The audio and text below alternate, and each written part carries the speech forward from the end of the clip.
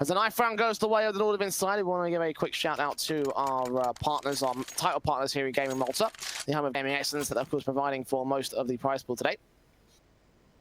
For these two teams, obviously, their lion's share of $40,000 and the opportunity to make their way into a Malta boot camp, including an opportunity to stay in a 5-star hotel and everything. It's a pretty sick prize all in all. But for them, they will choose to start on the CT side for the NORDAVIND camp. I'm kind of curious considering this is a T-sided map, so I wonder what the thinking behind this one is. Yeah, I mean, it's a little bit interesting starting up on the City side, but maybe for NORDAVIND, you know, trying to see if they can get off to an early start, see if they can get some momentum on that City side and bring it back on T. Jay, I'm honestly going to go out with a bit of a stretch here and say that I think that NORDAVIND can take this series 2-0. I can see that happening, but I hope it's not the case. I really hope it's not, but I can see it happening. Well, look, the majority of maps have gone the way of NORDAVIND. The majority of series have gone the way of NORDAVIND. So I can see where you say that. I'm going to kind of lean towards that one, especially with Mirage and Dust 2 being the only maps that they've shared over the course of history. Only 3 times played as of right now. So Vertigo certainly could well be the decider. And if NORDAVIND are able to take this one, then yeah, I could see a 2-0 coming in from the Norwegian team. But let's see if they can make it happen. It's the grand finals of Malta Vibes here as we get started to our pistol round. Look at Harry reading Fiku, forcing him off of that boost position. I don't know if he saw a pixel or otherwise seen something something to give away information or anything, but either way, that is a start to try and force them away. Damage done, no kills going either side, and AGO will try and respond with some utility going in for the execution. USP set up towards 3 different positions. They have Savage dropping 1 and 2. Oscarish will trade back. Harry will also be forced to fall. HS sneaks behind them all, and Groovy just spots him. Bomb plant denied for the moment. Kills coming in from Tensky now, 2 versus 1. Oscarish turns it to 1 versus 1 as Croman coming in the back lines now up the stairs, looking to creep away into the Glock position. He will be seen. He'll grab that bomb. He'll rotate to the A-bomb site. No, Croman knows. He knows straight away that he's going straight away, and gonna see if he can beat him to it. Coming out from the ramp room, Oscarich at least gonna be able to get a bomb plant, but look at Croman. He's hunting. He is so aggressive at the moment and giving away his position. Footsteps heard. Oscarish, all the info to work with. Croman has the defuse kit as well on a HP advantage, but if this headshot comes out from the T-side player, it's going to be ended in an instant, and that's exactly what has happened. 3 kills for Oscarish, a pistol to go the way of AGO. And those trades came back so quickly. I mean, HS, you should have thought that he would have been able to find a couple of kills on the side. Only got away with 1, trying to sneak around that smoke. And that was a very heavy CT stack over to that B bomb site. But unfortunately, they just couldn't win out the trade advantage. And in the end, Oscarich, a huge clutch to come forward and winning out the first pistol round of this grand final. But they are going to be up against a 4-spy on the CT side, and the scout from NATO Suffix going to land a tag to start things off. Straight up 28 HP for the MAC 10 of Fiku. It is a MAC 10 though for AGO. The rifles can stay up aggressive and with the firepower behind them, protected for the most part here. Igor Tensky will start looking on for some sort of frag back, but there's damage done to his teammates. Croman at 67, HS 27. Fiku is pretty heavily tagged up, of course, but the scout will look to push forward here. No one's seen to that sandbags. No one's checking sandbags. Groovy finds Tensky for 1 good kill. Matt 10 ready for Croman and HS. Both of these players could fall so easily to the SMG, but Croman does find Fiku instead. Furlan bursting up. MHL's got to be the man to get the kill. The heavy Kevlar has certainly fended off the SMGs from doing their major damage. MHL will get another pick back. SMG for HS also caught off by the man. Harry with 1 good deagle shot, but now needs to find 3 more. Pressure down to 15 HP, pressured up by the T-side resistance. And it'll be a 2-0 for AGO. And I'll tell you what, a little bit of tag damage coming up to a couple of the players from XCOM AGO, but they take the round, you know, pretty slowly, pretty calmly. And, well, you look at the odds over here from our fantastic partners of LootBet. It is going to be AGO the favourites, at least in map number 1. If you do want to get involved on those odds, head on over to the Twitch panel in the channel underneath. You'll be able to get a link straight to the LootBet website. And for AGO, getting off to a good start, especially on the T side of Vertigo, is crucial for them. Yeah, LootBet loving those guys at AGO so far today, certainly favouring their chances. So that'll be the same case out here. Mac 10 in for Fallen and Fiku, easy clean up, and well, that's the reason why you would favour those guys. Plenty of cash rolling their way. Rifles, of course, as standard. The AK should be upgraded towards the AWP coming out from MHL. With 5 players alive, the economy can set itself up for the rest of the half here. AJO do have rifles to respond, though. NORDAVIND with his orb, and then falls across the CT board. And this is really important for AJO to be able to convert this first gun round, put the pressure on the back of NORDAVIND, especially on the fact that it's going to be an instant reset if they can win out that rifle round, try and get off to a 5-0 start. But you've got to think, especially with this AWP in play, they're looking for a response, and it's back to a very heavy ramp room play. And well, NORDAVIND, he just doesn't find anything. Instant kill going the way of MHL. Frag to kick things off. The AK is moving in further against Tenski. Good spray, good frag. And Harry play out towards mid. You're going to see 2 transfer the spray towards the second, but only gets that first kill. Boost up from HS as well, looking on towards the ramp position. He seen any of the T side. They're there towards Ali, currently contesting and very carefully pushing up into the ramp position. I think one might have actually escaped here, the AWP of MHL. Here towards the entrance, they're going to hear those footsteps. The Deagle up, M4 in, facing forward, taking him down. So 2 players left for the CT cam, but they are going to be able to do their damage. They should read onto that boost now and get that bomb rotated into the B bomb sites. And well, you say especially open up B, get that bomb on the back of Groovy and bring it over. HS could still do some damage here, especially if he could take down Fiku. The rotates to this B bomb site are incredibly quick for the CTs, but Fiku with this MAC-10 doing so much damage and Ferlin on the backstab, going to be able to close out the round. So a 4-0 start. NORDAVIND, these last few rounds have put a lot of presence up towards ramp, and we saw NORDAVIND look to go for the opening duel against the other AWPer of MHL, and he couldn't win it out, and straight away, AJO, they had the man advantage, they had all the momentum in the round, the trades kept going back and forth, they realized the stack was out there at the A bomb site. Quick over to the B bomb site they go, and 4-0 looking very comfortable at the moment. Indeed, AGO on the back of the momentum from that last series. You would have questioned whether or not they'd be exhausted or hyped up for this grand final, and certainly it looks to be the latter for the moment. Whether that will change is yet to be seen. NORDAVIND, the Eagles in, the CTs making their way down to the ramp position for a decently aggressive sort of play. Nades on, Chrome into 42 HP. Very good land of the dunk down. The Deagle in for Chrome. They're all going to face aggressive and hope to catch something off on the AGO side, but they're just going to put even more utility down to force them even further away as they gain passive ramp control, start to push in to gain even more active ramp control. But finding that first kill coming in for Fiku, doubles up on HS as well, so the Deagles start to fall. Yeah, NORDAVIND not really finding too much so far. Ferlin pretty much making his way out to the A bomb site all by himself, and well, it does get traded for a 1-for-1, but all in all, the Deagles still not really finding anything. Harry's going to be the last one left, just seeing if he can maybe find an exit kill or 2. But a 5-0 lead going the way of the Poles, and I'll tell you what, certainly the momentum has been shifted over from the last map of the best of 3 moving forward. And NORDAVIND, they need to find an answer. They need to try and take this ramp control, because especially for the T side, they've used a lot of presence around that area in the map.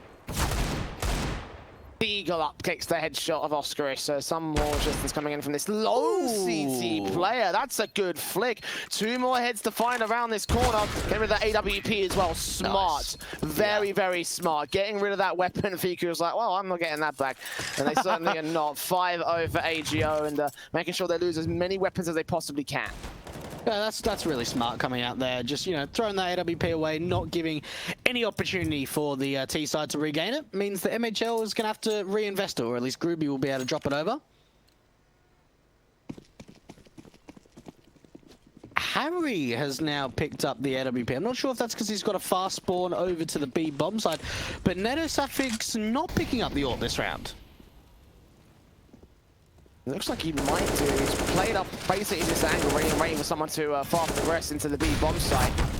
AWP of MHL will get challenged here towards the round. Flashbang's in, going to try to keep these 2 players blind. And Soren's got to turn away, take some more damage. Blind shots do connect instead from the T side.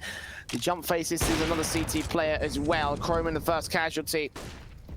And the AWP of MHL does not see the CT that escape back to the main bomb site itself. Either way, AGO with a man advantage. And I'll tell you what, NORDAVIND have just not even been able to take this ramp control. They put 3 players over there. They use a lot of utility, but they still can't even aggress. We see the spam coming through from Ferlin to find that opening pick. And for XCOM AGO, they've been able to find an opening kill pretty much every round so far on the T side, and holding on to the advantage, which is really important. Now, quite late into the round. We will see Tensky overextending. They might not know he's here. Oh, they check it. Very smart. A 4-on-2 situation. CT is currently 2 men down. A 2-on-4, of course. AGO and HS here on the bomb site, hoping to catch off something and keep his own contention back on the bomb site. That's a position at the back corner. We're going to make his way up to said side. The AWP looking over the smoke, hoping to catch off someone from the CT forces. The shot scanning close, not connecting. Eventually, the Deagle spam gets the headshot on HS. And now Harry left to save his weapon because there's no way this retake is coming in. A 6-0 start from AGO. And when you've got 4 players spamming through a smoke, it's only going to be a matter of time until one of those shots connect, and it was the Deagle of Groovy. Man, oh man, this is such a great start. Really, really impressive coming out from XCOM AGO, looking very confident at the moment. And for NORDAVIND, they haven't been able to play their own game. They haven't been able to take any map control. Oh, a good lineup coming out from Harry, but I mean, you can say that's pretty impressive, but what is not impressive, Jay, is the fact they haven't been able to win a round yet. Oh, man. And what will be more than an impression as well is the fact that they haven't even been able to save any of those rifles from the last round. Everything falling away from NORDAVIND as piece by piece they get picked apart by AGO, and not too dissimilar to the way things worked out earlier on. Is that a collateral? All right. Yeah. Got an alright kill out, but they want rounds, Jay. They're hungry. Yeah, that's the main thing. 6-0, and despite the damage being done, the utility and the reinvestment from AGO will come in absolutely no worries here. The Deagle's back in for NORDAVIND as they've got to go back to the half by the regular set of rifles coming in. Nice investment to a round. The Deagle comes in from Harry to take out Groovy. Fallen gets 2 picks. Oskrish gets that trade kill in the mid position. The SMG of HS, the most powerful weapon in the server right now. And this should be an easy 7th for the T side and a 7-0 start, man. Imagine that. Yeah, and like you said in the pregame, you know, maybe the peak since the Polish Nationals. I don't think I've seen them playing Vertigo as strong as they have since then. And, well, this is not looking very impressive. They are probably going to be able to convert their 7-0 lead. NetherSuffix, at least he gets away with an AK dropped over from Groovy. But, this is a rough time at the moment for the NORDAVIND camp. Not finding this easy at all.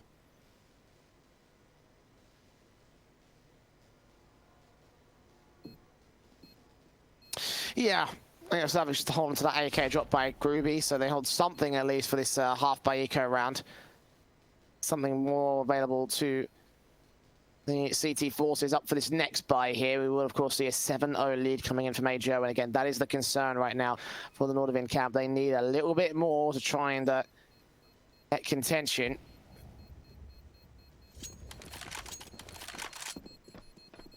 Yeah, not a great start from this CT camp. They started things off on the CT, they got the knife round, they decided to pick the CT. So far, it's not really worked out for them. And you've got to think, you know, where do NORDAVIND go from here? But where you can go from here is a fantastic Hellcase sponsor. Using the code MALTAV15 for a 15% refill bonus. You'll be able to find all the links for Hellcase in the Twitch description. And for NORDAVIND, Jay, I mean, they're shifting the AWP around. We've seen NetherSuffix picking up. We've seen Harry picking it up, playing the anchor at the B bomb side. But it's really just been the ramp contest that's really come out from AGO in success so far. And even for NORDAVIND, like what even is that from MHL? Simple shot on a frag. Harry banging up one player. NetherSuffix to get the trade back on Groovy, though. So 4 versus 3, the T side once again gain the man advantage. A couple of trades going back and forth in from NORDAVIND, but they are unable to find their kills. So M4 of Tensky gonna make its way back out position. Croman make his M4 well, it was the mid position instead of the A bomb site, but right now the positioning from the AGO side seems to still lean towards the A bomb site play. So leaving this position relatively uncontested, falling back away may be one of the lesser advised calls, I feel. Well, the thing is, they need to try and look for some info, so they're trying to push out through mid, seeing if they can bring back at least a 3-on-3. But you got to think, once the T's take this A bomb site, is it even possible to try and retake, considering the fact they've got not a lot of utility? Croman is at least going to be able to establish a pretty quick flank out from ramp, but you've got to expect the T side are going to be ready for it, especially when that bomb goes down. Up around the backstab, Croman could be on for so much from his position. The AWP will focus fire. Croman's going to a little bit of noise. I don't think they heard it in the midst of all the gunfire and all the utility coming down. MHL will take 10 ski sprays to do damage towards 2 players, and Croman continuing to creep and creep and creep and see info on 2 players. Flashbang! They've gone right past him, and they do find him in the end as Fiku finishes off the job. A&0 for AGO. And what could have been an incredible backstab just goes a little bit sour.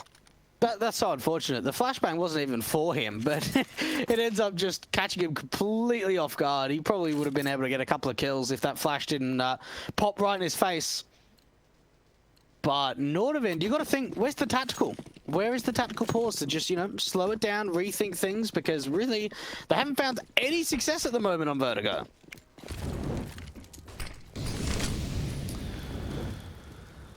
Just the back to half by status for the CT camp.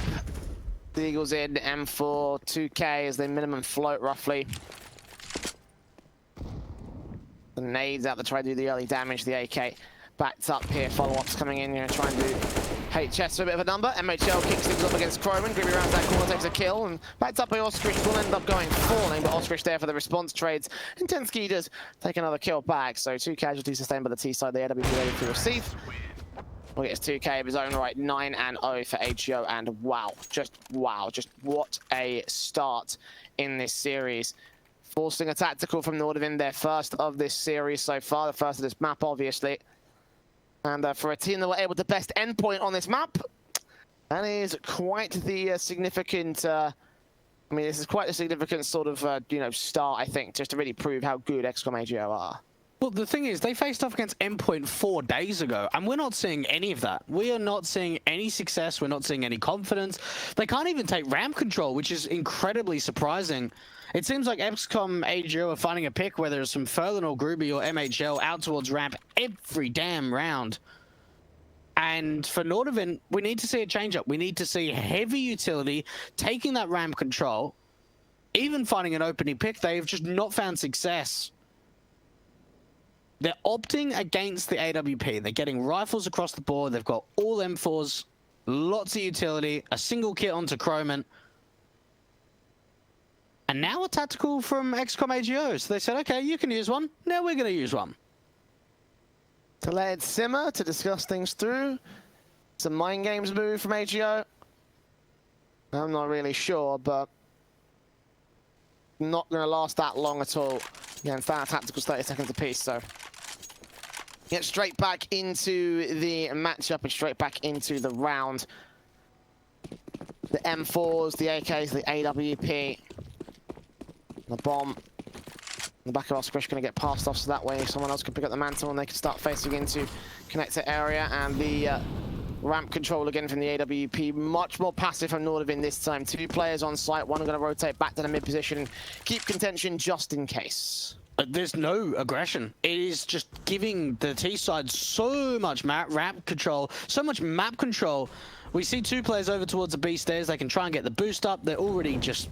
The map presence is unbelievable at this point. And that's just because we look at round number 10, and NORDAVIND are playing so deep into the sides. Furlan's been able to push up from ramp. They haven't needed to use any utility J to get this control.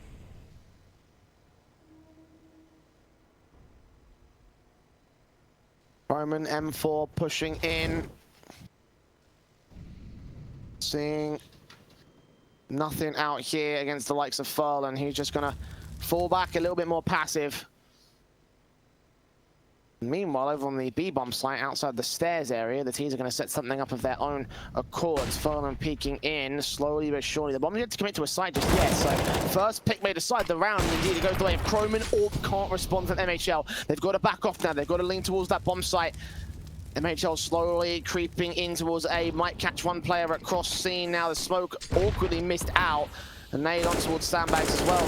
They're very not committed about this. Finally, that bomb will make its way up and into the A site play. 20 seconds to that clock, though. They've got such a great defensive posted up by NORDAVIND. XCOM finally going to get a good kill of their own. 2 kills, respond from Tensky and HS. Oscridge gets Tensky next. The last man standing. Both players get sprayed up by HS, and it will be a first on the board of the CT side. That's too slow. Absolutely too slow coming out from the Polish side. What happens there is MHL, he's got the AWP, and as soon as they make contact, they just keep rotating players over to that A bomb site. And for NORDAVIND, I think they had 4 players there in the end before the execution even came through. I think it was like 25, 24 seconds when they even looked to try and get the smokes down. And unfortunately for the Poles, just too slow, and a first round coming up for NORDAVIND, a much needed one. Everything, 2 players line up for Harry. He only gets that 1 kill. MHL with the AWP Brew with a follow-up. As Sapphics goes falling, the spray back from Croman. And just try to look for a frag. Spray through from HS, trying to do something back. Instant save. Yeah, it's got to be a safe call from here. Like, what happens there is, a lot of the time, I would say for most of this half, Jay, we've seen the slow, methodical, you know, ramp control, execute to the side with 50 seconds left, you know, you still got time to work with. They just absolutely make a banger out through mid. They rush out. It's a 1-for-1 trade. Groovy gets a great entry onto the B defender. And from there, NORDAVIND say it has to be an instant save. There's smokes down towards connector, smoke out in deep CT. There's no way they can get back into the site. And well, that's a perfect response. That is an absolute phenomenal response coming through. And for NORDAVIND, they have not been able to catch a break at this point.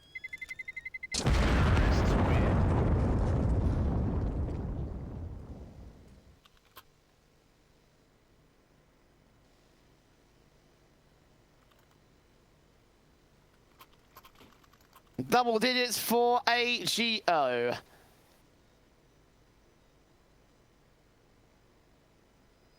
I mean, you know, what else do you say? It's looking real good. It's looking real good for this T side. And with the reinvestment from the CTs, they've still got such an economy to mount up to against the AGO camp. Outside of this ramp control, Oscarish. With that opening kill, the CT's gone very passively for the most part here. It's AWP to the aim for us, which say actually towards his mid position, going to pop out. I thought he was back over aggressive towards the B site, but no. They're going to pop out a good frag to find. 5-on-4 situation right now for the CT side. A bit of a cheeky angle coming out from Harry and catches Groovy just completely off guard. But the T side, they've been able to gain this ram control. We've seen Croman playing kind of this off-angle position so many times in the past. And MHL, just a drive-by with the AWP, turning it to a 4-on-4. And this really should start the execution to the A-bomb site. Shot missing out onto the box's position. The kill from Tensky not being landed. He tried for his wallbang. As soon as that came through, Furlan got the headshot in first. So now a 4 versus 3 favor to AGO. Still pressing towards this ramp control. The AWP of MHL on 3 points of health. If he goes down, like a major crutch away from AGO, but still getting aggressive. The incendiaries, did that land? I think it may have missed. It hit the top. The nade, however, this should do it. That should take out MHL. There you go. Orb drop back to even standing as AGO continue to press towards the A bomb site. Harry going to get caught off guard by Fiku. Tight angle to hit the AK, wins out that fight. Fiku going to press in his net when HS get 2 picks to respond, and Fiku is the last man left. Bomb dropped in the open, out on ramp. 16 seconds. He finds that one frag, looks in for HS, but couldn't get that kill. So NORDAVIND do find 2 on the CT board, but for a moment you would have felt that AGO could have very easily clutched that. Yeah, look, I mean, that was a pretty good attempt coming out from Fiku, reading the play really well. And unfortunately, just some like misutil coming out from NORDAVIND, which is a little bit scary to see. You know, we saw the incendiary not being able to land towards Sandbag's position. The HG did to follow up. And even these rounds that NORDAVIND are winning are pretty down to the wire, in all honesty. AGO, can they find the response back? Considering the fact that Croman's on a FAMAS, this could be a great opportunity. And for NORDAVIND, it's been such an uphill struggle.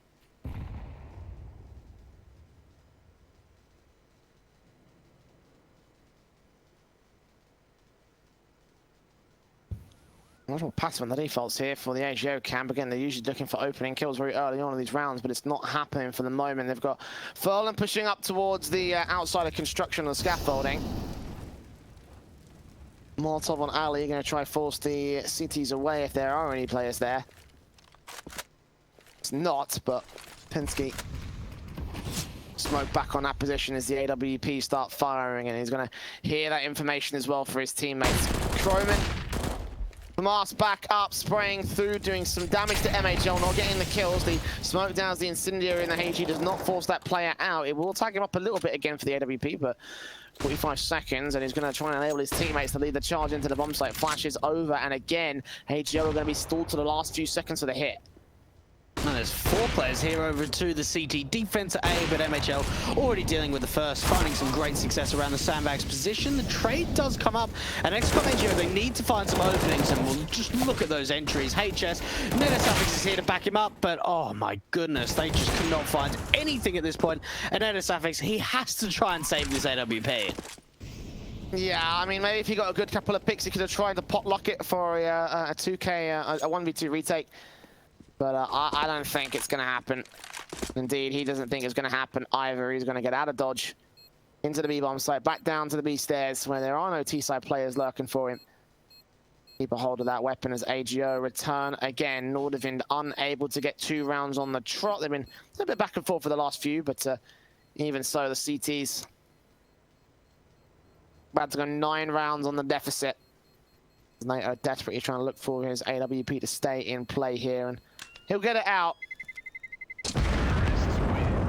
Going into round 15, though, we're going to have some major problems. Round 14, I should say.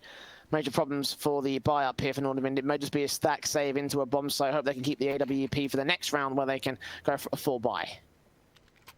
And Harry, only player on double digits in terms of kills. Now with him, with the MP9 upgrade, still might only be...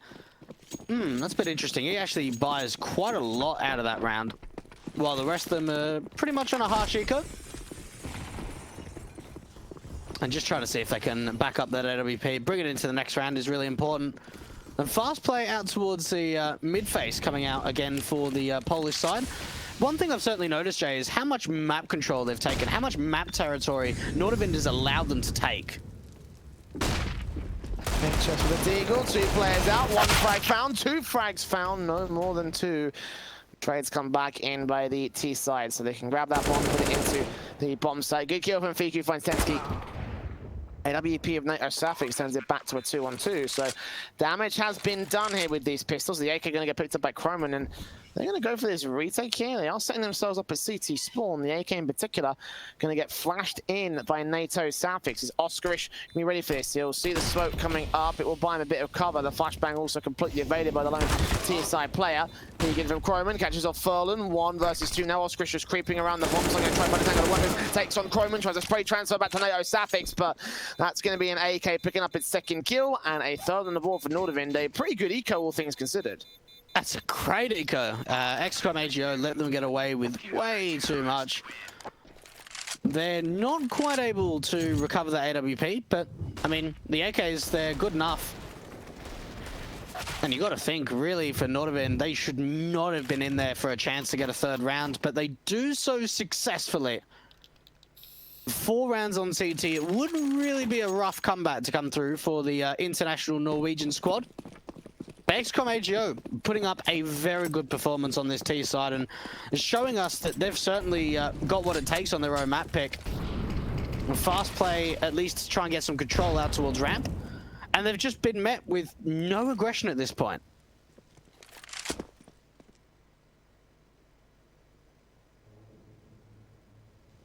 Croman seeing contact. Oscarish takes him down as 1 player. Oh, they read it. Oscarish, 3 kills. How quick was that for AGO? BQ and Groovy do drop nade on against Furlan. Should be able to take him down actually to a 2 versus 1 now as NATO's left alone, and that's going to be a 4th frag for Oscarish. Wow, what a 3K to open up that round, and just decimating what NORDAVIND had. And decimating half for AGO, 12-3. Barely even a contest being held by the opposition. Now, what I love is the discipline coming out from XCOM AGO. Now, they found 2 fantastic picks at that A bomb site from Oscarich, and they even checked sandbags. Like, a lot of teams, after getting 2 picks at A, may have just rushed straight into the bomb site. But the discipline to say, right, we need to make sure, even when we're finding fantastic openings, that we're checking all of our angles, making sure to clear out that sandbags position. Oscarich has a fantastic last round. And you're right, not a contest at the moment. 3 rounds up for NORDAVIND on the City side. Now moving over to T, they are going to be in with a world of pain if they can't win out this pistol round.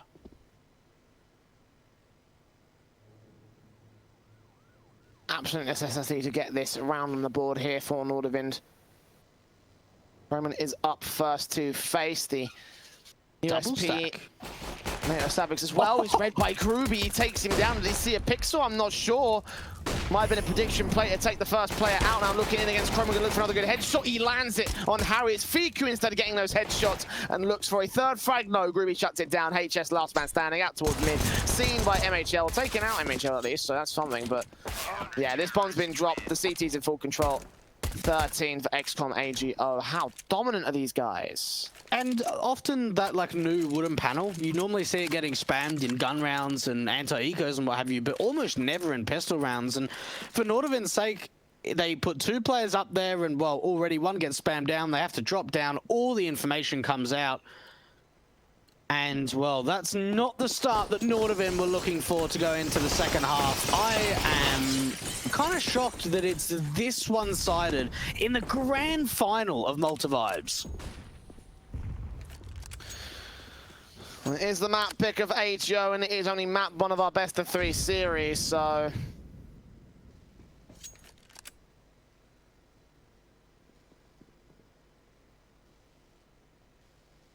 Got the UMPs, the M4s, the FAMAS out of Groovy. And the basic eco for NORDAVIND, having a stack in, expect some CT aggression and take somebody out. I mean, it'd be a rude awakening for anyone who decides to face in from the ramp aggression, yeah. But it probably won't mean a whole lot here. Probably going to be seeing nothing coming out from AGO. They'll be very careful about playing the aggressive force. So NORDAVIND left to probably push in, eventually go for a rush.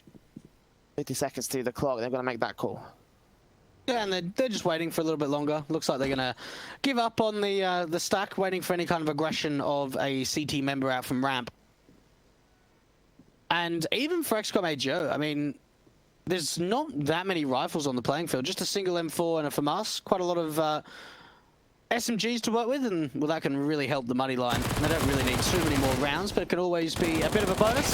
And well, you talk about the rush, it comes out towards mid, and well, they only find a single kill. No bomb plant coming through. We will see the rifles coming out in round number 18. And for NORDAVIND, even for just sanity's sake, please just get a couple of rounds. Yeah, definitely need to do that. At the very least, this rifle round 2, you know, make it seem like it was a contention, because yeah, you know, right now it looks like there is no sort of contention, and there's no real, you know, information to give that. There's no good rounds that we could see, no close rounds that we could see. I mean, at least make the scoreline somewhat competitive, and it will look good on paper.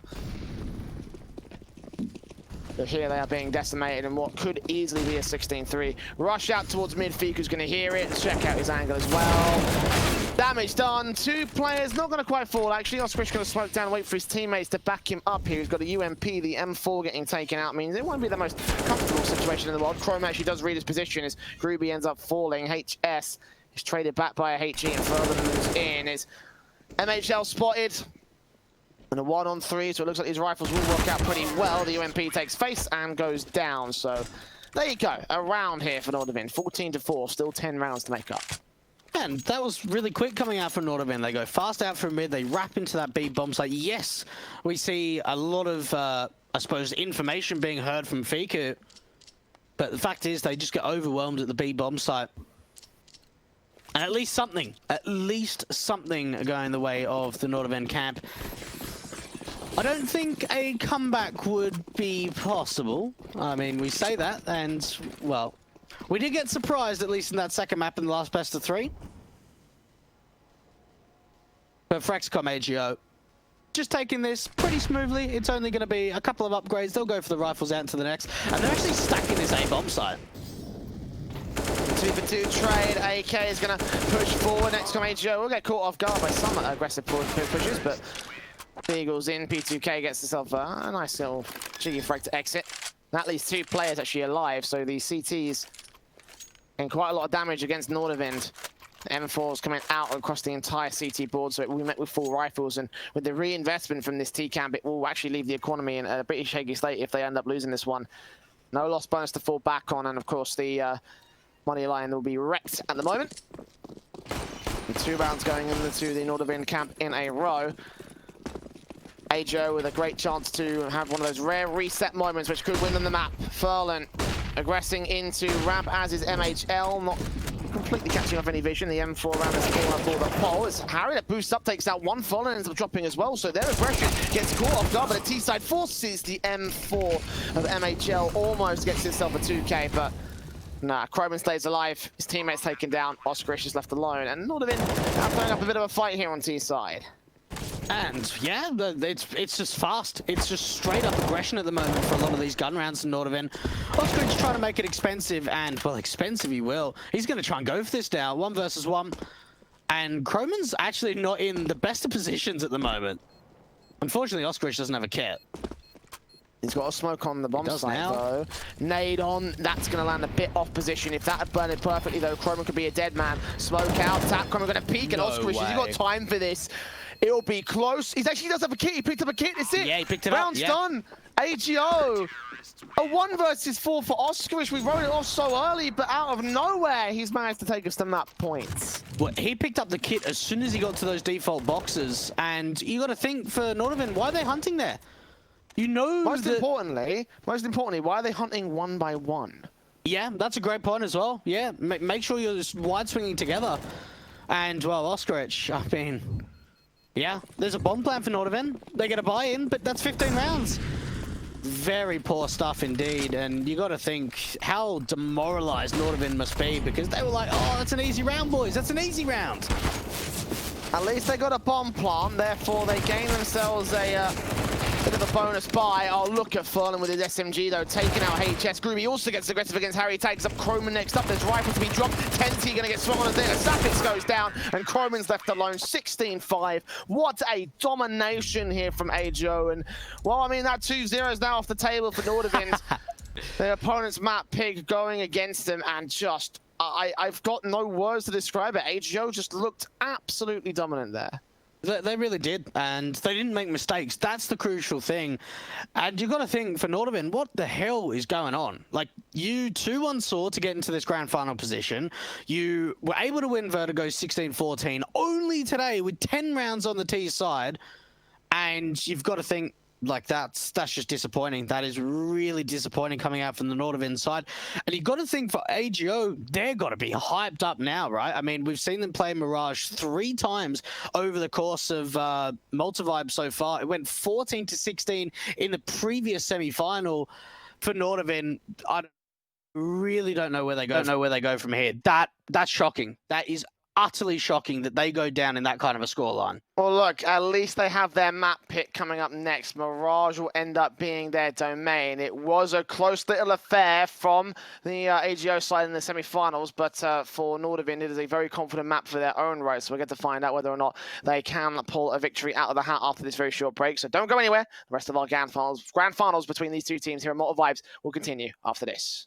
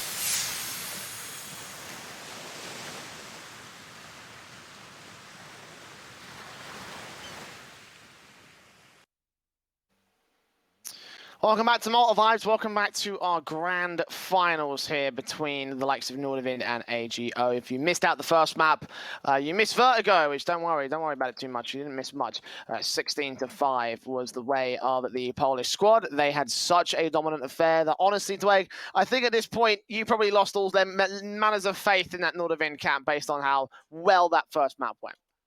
Yeah, no, I really have, honestly. This has been just such a surprising couple of weeks from AGO. They've pulled out of this slump. We've seen some great progression. It's the lower bracket run from them, and well, they're doing incredibly well. Able to get that 2-1 winner over X Smash in the semi-final. And you've got to think, right, for the AGO camp, they won their own map incredibly convincingly. And going into Mirage, we've actually seen some pretty good stuff from them recently. Yeah, absolutely. I mean, we obviously saw that earlier matchup against X Smash where AGO were able to, able to go the distance on that, on that opening map in Mirage. 16-14 is how far it went. Obviously, by the way, rest in peace, Smash. So a shame to hear that news that they disbanded and that best of 3 was over. But yeah, I mean, look, they had a really, really, really good time. I think over on that map, despite losing it, they still have had a decent shout at they still done a decent shot at taking it away. So, like, the case is that they've got to try and channel that inner sort of, they've got to channel that inner sort of, like, talent that's what, pushed it all the way towards that 16-14 result if they want to try and take this away from NORDAVIND. And if right now that's all in the momentum that they have behind them, then right now they're carrying so much of it that, yeah, I could see it being a possibility that AGO take this 2-0. I certainly can. That was a very convincing first map, and like you said, we just saw them getting that 14-16 loss. They got 9 rounds up on the T side. They were looking pretty convincing. Yes, I suppose it was a loss, but it's still an opportunity where they can turn things around. And for the NORDAVIND's sake, I don't know how you come back from this. This is a grand final. There's $25,000 on the line for first place. And as well, you get a boot camp in Malta with a 5-star hotel stay. So there's a lot gunning for the winners of this grand final. And for NORDAVIND's sake, yes, it's your own map pick, but I just don't have faith that they can bring this back. Yeah, I mean, that's the problem, right? It's like, you're only as good as the last match that you played. And unfortunately for NORDAVIND, that last match was Vertigo. It did not look good for them. I'm sorry to NORDAVIND fans, but it really wasn't a great time. And yeah, they started on the CT side. They didn't get the chance to get the momentum rolling over on the ideal half of them. But they also were the ones that picked CT side, so they have to live with that choice. And they also were unable to get started when they moved over to that T side, where they got a couple rounds spooled, and then eventually they lost to, what was it? I think a halfway round, I believe, from the AGO camp. So everything just looked so good there from the polls. And yeah, with all that performance going their way, with how well they held themselves on Mirage right now, again, 2-0 on the table, I think it's very, very possible here.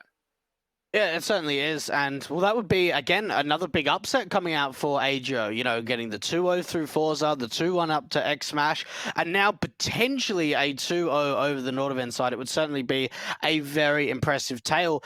Now, I'm looking at this NORDAVIND camp and I'm thinking, right, like, they've got a lot of experience across their players, so mentally they can potentially just completely reset, go into their second map and say, right, this is our map pick, we can take this series back, we can go to a third, we can go to Dust 2, but I need to see individuals stepping up. NORDAVIND, he was getting out-orbed from MHL. He was, especially on the city side of Vertigo, he kept trying to go for the ramp picks. There were even points where they were passing the AWP over to Harry at the B-bomb side, and then we saw NORDAVIND just with the M4. So straight away, that tells me that it's a confidence lacking coming out from NORDAVIND, and they're sort of saying, right, well, if he's not hitting shots with the AWP, pass it to me and I'll go and do it.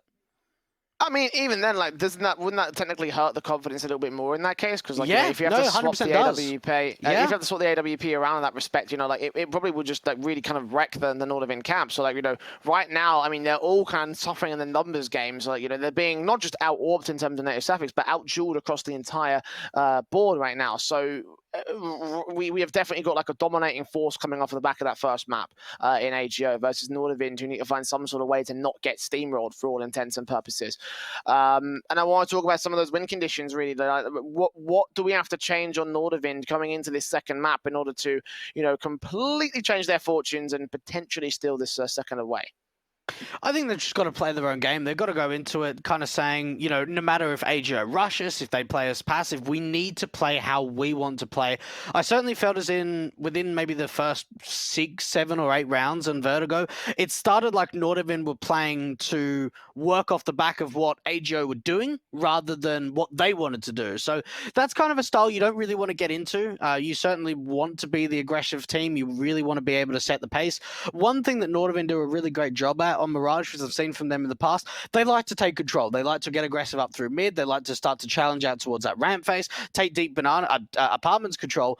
One thing on Vertigo, they couldn't do that at all. They could not take ramp for anything. So going on to Mirage, I'd like to see them playing comfortable. I'd like to see them getting aggressive on the CT side and trying to play their own game, getting that AWP into native suffix, get the players fired up, get them warmed up, get them fresh, and look into it with a positive attitude. Oh, fortunately for them, they don't have to worry too much about map control because a lot of it is given away on a map like Mirage. You know, the CTs have to aggressive. They want to shut down the apartments defaults, for example. And you know, the executions and the basic sets are available basically right out of the gate without having to take a single phase. So, yeah, you might have to look towards the mid control, which is definitely a problem for native suffix on the AWP. But, you know, like in terms of just the general sort of complexion of this map, like it feels like a lot of those weaknesses that were coming out there were down to, you know, the default map control, and they don't need to don't need to worry about that as heavily here on Mirage. So, you know, I could see a way that NORDAVIND could change the pace here, but again, they just got to get some of those numbers on the board, and they've got to take that mentality that must be wrecked right now and just put it in the past to take a ton of fresh new leaf essentially here on our second map. Yeah, and especially for AGO, what we saw from them a lot in their T-side was a lot of set pieces. There really wasn't too much defaulting coming out for the T-side of Mirage earlier today. We saw a lot of the time they'd stack a couple of players up towards Palace, a couple out towards Ramp, and often they'd have, you know, maybe 1 or 2 players in underpass trying to see if they can cut off any of the rotations, get like a bit of a sneaky play in. But for a lot of the time, it wasn't really that much mid-control being established coming out from the AGO camp. It was a lot of set pieces to that A bomb site. I would say that 75-80% of the rounds on the T side, they head over towards that A bomb side. Really don't utilize B too often unless they're going for a fast execution or they've got something in mind. But not a lot of B splits come out from AGO towards that side of the map. So I'm not sure how much anti-stratting can potentially come out from the Norwegians, but I really hope that they've at least had time to look into Mirage and have a bit of a gist on how AGO play the T side. Well, our knife round is about to go live here, so a quick moment to take a shout out to our sponsors here. Of course, Malta is being brought to you by Gaming Malta, a home of gaming excellence, here providing the prize pools and, of course, the extra little trips to the boot camps that you can find, of course, for the winning teams in Malta. So, knife round, choice aside, Dwayne. Let's talk this one, mate. Is it going to be important to get a CT start here? Yeah, look, I think it certainly is. I mean, AGO, they certainly struggled on the CT side, or CT side against X-Smash. So at least for them, getting on that CT side, getting, you know, maybe 8, 7 rounds up, and then starting to get that T side going. But by the looks of things on the knife round, probably should go the way of the NORDAVIND side, and it will in the end. So they'll have the choice side, probably start up onto CT, and for NORDAVIND, it's got to be a great start. They've got to come out of the gates absolutely firing. NORDAVIND get their knife choice, and they opt to switch over to CT side, and that makes a whole lot of sense to me. So, obviously, your prediction can't be possible anymore. So, no 2-0 for NORDAVIND, but do you still think they can turn it around from here and win this series? I mean, Lootbet seem to not have that level of faith. They are definitely to the favour of the X. Oh no, sorry, excuse me. That's I'm being an idiot. Excuse me. No, they actually do favour NORDAVIND here in this map up. So, do you favour them in this map up, Dwight? After seeing that first map, I certainly think that a 2-0 could definitely be on the cards for the AGO side. And yeah, look, it is the map pick coming out from NORDAVIND, but I really need to be impressed like I was not on that first map. So we'll have to wait and see if anything can turn around, and it might come off the start of this pistol round. USP for HS, flicking in, looking for the opening frag. NATO stabbing their strikes on the first kill. Not quite able to find the second out towards his mid position, but he's going to be able to see the vision onto at least one of the T-side forces, hearing those footsteps as well in connector. So I know what's going on here. Oskrish and Fiku burst in, clear out the bomb site. There's very few CT players that are here, and now rotation's going to have to come back as the bomb plant is secured. It'll be 5-on-4 retake to the favour of the CT side. Unfortunately, being planted in the default position, it doesn't really give too many options for XCOM AGO to try and defend this bomb from being stuck on the defuse. But the man advantage is going the way of the NORDAVIND side, and a couple of players towards Sandwich, but look at the information that's been given up towards CT. Glocks out, looking onto the CT stairs. Kremlin gets one frag and makes Oh! what a flick from the Glock! Turns it to a 2v2 as Tensky trades the man out. Fiku still here towards jungle, and Tensky looking for both of the T-side players, knows exactly where they are. Kit's picked up, he takes his face, he sees resistance, and he goes down. MHL, what a start for AGO to claim the pistol on the T-side. I swear, there's no way MHL is human. There is no way. Those shots were insane, man. That flick with the Glock. And, well, he really brought that round back. They had that man disadvantage. They had the bomb plant. And, wow, I cannot believe that NORDAVIND do not retake the bomb site. They try and go for it, but in the end, it's the Glocks that come out on top, and that is a great start coming out from the Poles. But they have to now deal with the force buy up for NORDAVIND. And there we are, set piece once again, common strat from AGO. Makes sense. Keep it basic to start things off. Smoke's down. Croman's going to put that smoke out, ready to receive. The Molotov coming in against his angle. The CZ, I'm going to catch off some vision of players dropping in. They're going to read it, take him down. Spray through the smokes, expecting a second player to be there. The scout out from NATO Sapphix does do damage to the first pick, but unable to line it up. There's a gap in that smoke, actually, so we can catch VQ. Take down the bomb planter and deny that bomb plant as well. Mac 10 dealt with by Tensky. MHL has to find a response, and indeed he does. But the UMP sees two players with their backs turned. Groovy turns around. MHL finds a trade back, and Tensky will line up a triple kill. 2 kills to his name. And, well, they're firing on all cylinders for both sides here. How can you have a gap in the CT smoke? That is just unacceptable from AGO. You can't let that happen. Because NATO Sapphix, he gets away with 2 easy kills just working on the edge of that smoke. They get that smoke down, they probably win that round. And one tiny mistake goes the opposite way. And for NORDAVIND, they can't believe that they have an opportunity like that. Scout. Not going to land a shot here for MHL as he tries to find an opening kill on the force buy. Tensky kicking things off here. The 5-on-4 situation. As the T slowly push out, Groovy with the Galil and the smoke on. Tensky with a second kill. Groovy dead next. A 5-on-3 situation. Making it 2 as Tensky finds Fiku. And yeah, this is getting picked apart slowly but surely by the T side. The CT is dropping HS to 1 HP, but the nade and MHL lands perfectly. And yeah, this round going to go falling pretty quickly to the hands of NORDAVIND, and able to deal with that execution, that set piece towards A very efficiently. Now turning around for their own response round to claim an early lead on CT side. Yeah, pretty easy ace coming out from Tensky, considering it was a force buy. Actually, very good work from him. And just isolating so many one-on-one aim duels. And well, this is what we needed to see from NORDAVIND. Some confidence stuff, you know, winning out some very strong rounds. No one goes down. And for XCOM AGO, considering that was a force buy, they didn't get a bomb plant. It's just going to be pretty much all Glocks across the board. We'll see if they can at least get a bomb plant, something like that. But for NORDAVIND, this is the start they're looking for. NATO Sapphix, 2 simple kills in the SMG, just trying to get as many, much money as he possibly can here. HS there to steal a kill away, and the SMG will continue to make his way around the corner. MP9 with 3 simple frags. Money gained, rounds established, and NORDAVIND have gained a lot out of those rounds as well, as players have kept alive on the CT side. And now looking to a 3-1 start now. The rifles out for the T-side camp. XCOM AGO would love to find a response round and get themselves back on the board here. And NATO Sapphix has brought down the AWP. And yeah, they certainly need a response up for the T-side. XCOM AGO, it needs to be some sort of opening, some sort of man advantage to work for. And well, this is actually very aggressive out through mid, just rushing straight into the short face. And well, that at least allows Oskridge to get some great map control around this ladder room area. The AKs of Groovy looking on outside of Palace.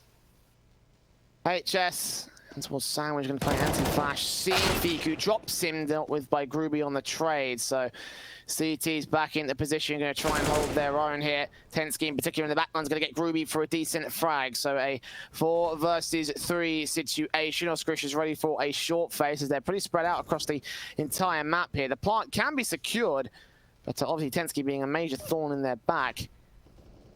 Minute to go to the clock. AK is continuing to try to find Swain. They can't afford to face towards connected. Furlan goes forward now. He's going to get dropped.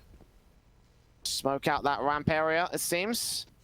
Post plant coming in, would have been up for a retake. Oh, this position from Oskridge, that turns it back into a 3-on-3. And, well, the bomb, it's not exactly planted for the connector player.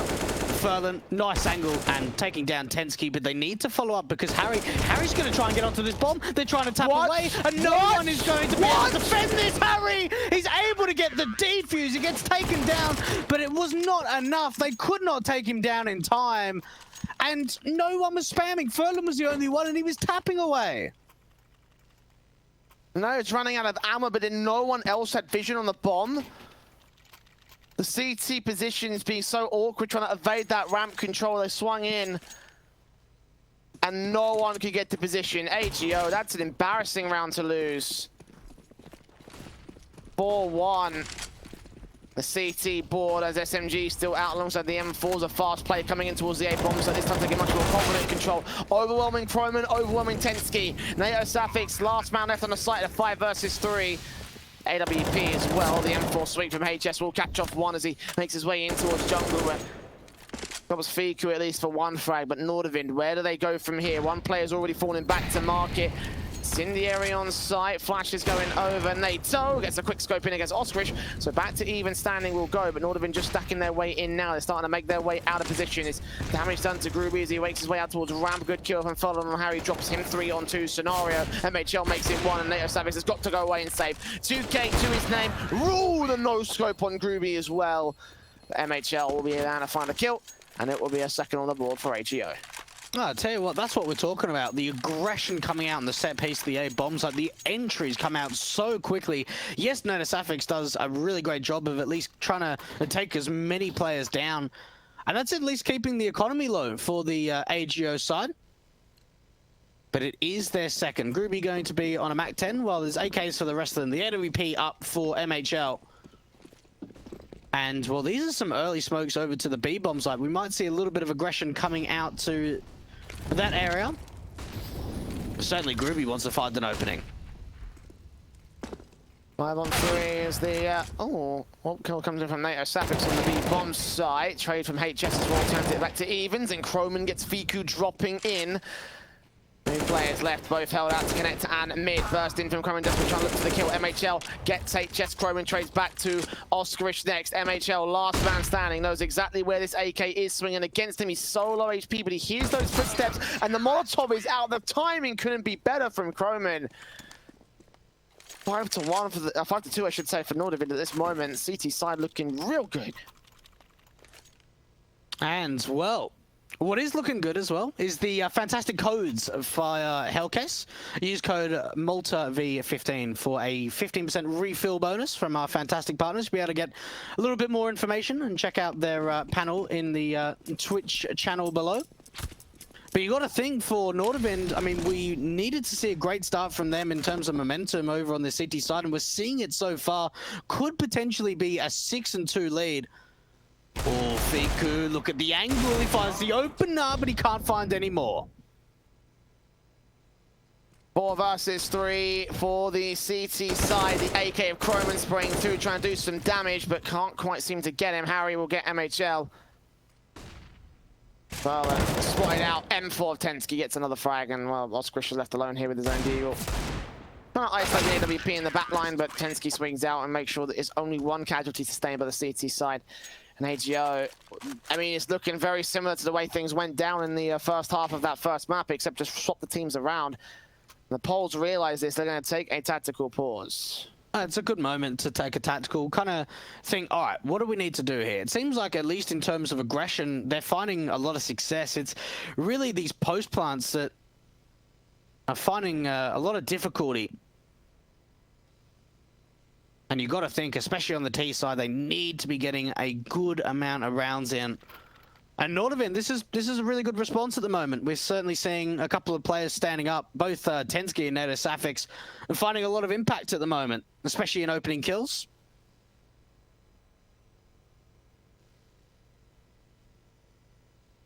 I wonder what the change-up is going to be for the T side.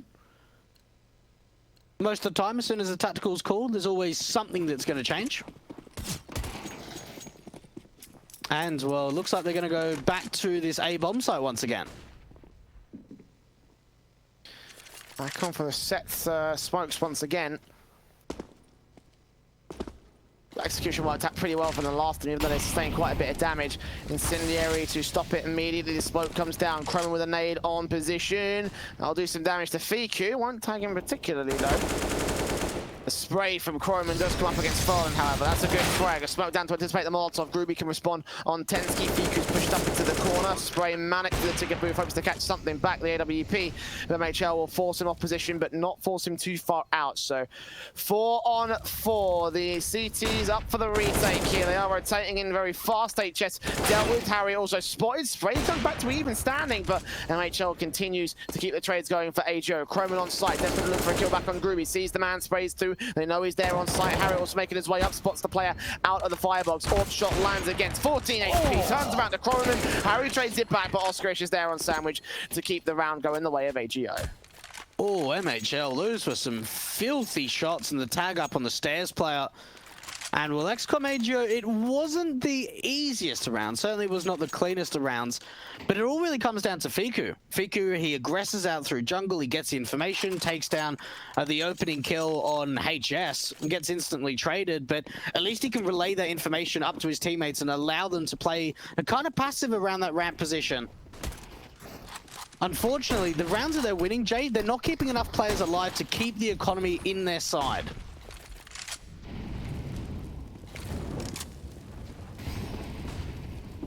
Molotov's down early on towards the truck position in the van.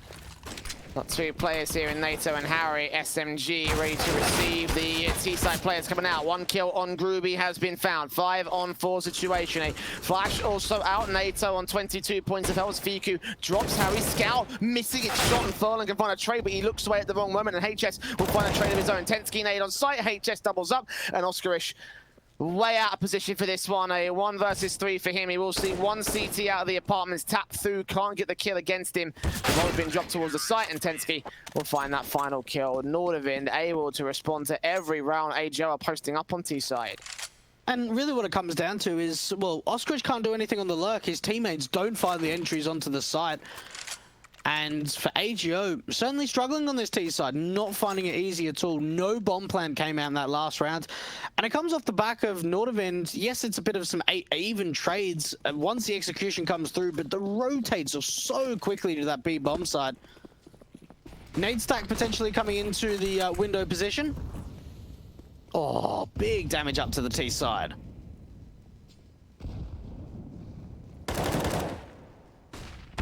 M4 around this corner for NATO. Suffix taking damage. Spray through Gruby. Peek in, look for a player on the bomb site. HS is ready for it though, and damage done across the T-side board will leave single digits on MHL and Oscarish here. Fiku does come back with 1 good frag. Got NATO Suffix also close around the corner to raid this player. And he misses his shot, but Oscarish is there to back up his teammate. Knows that Furlan's there as well for HS. AK picked up, and we'll go Fallen. Fiku last man standing. Full ace for HS as well on the anti-eco. NORDAVIND 8 to the board, and this is starting to get scary for AGO. This is looking like another one-sided affair, except in the opposite direction. It certainly is looking that way, at least in the early stages of this map. And you've got to think for AGO, if they don't even get 5 rounds on T, you can pretty much say goodbye to Mirage. They've certainly got to be able to find more. They need a player to step up, and yeah, we've seen MHL a couple of times, you know, landing some great AWP shots, but it just doesn't seem like anyone's stepping up to be the hard carry at the moment for the T side. Even look at the aggression that may come out towards this ramp face. The AWP coming out from NATO Suffix, and to back him up is going to be Croman.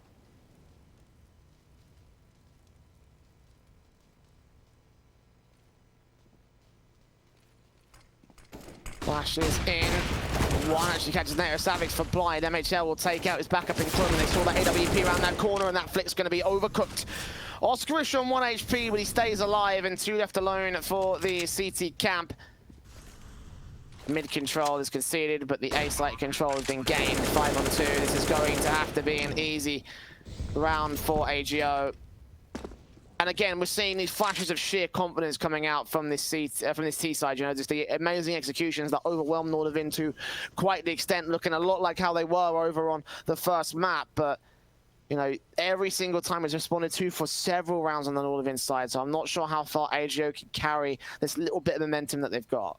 See, that's the big thing, is it's when they win a big round, there's not the conversion. There's not 2 rounds in a row, 3 rounds in a row. It's just not happening. And for AGO, they deal with the aggression out towards ramp really nicely. We see a crossfire being established, very aggressive coming up for NATO Suffix and Chroman. And the utility, it's great. It forces them off the angle. It keeps them completely blind. They find those opening kills, but it's not on a consistent basis. And that's really where the polls are struggling, is that we're seeing glimpses. We're certainly seeing glimpses of brilliance, but it's not a round-by-round basis. Now, for NORDAVIND, it's not going to be the best of buys, so this could be at least another good opportunity for the AGO side. Let's just see if they can find an opening kill. MHL boosted up, looking for the first player to cross out, and there's a majority of CTs out here towards A. They're expecting AGO to go towards the A site, and they'd be right about that. But a slow peek in from MHL gets Chroman and Chroman alone. Groovy's going to take out HS. Tensky going to try and respond. Groovy is low, so he can find that frag, but Fika there to respond. Scout from NATO gets dropped next, and Harry is left in a 1-on-4. And there you go. That's more like it, AGO. That'll be their 5th on the T-side board. Harry unlikely to get all the kills here. We might find 2. You know, Fika and MHL were particularly low, but this should end up being a decent enough round right now for the T side.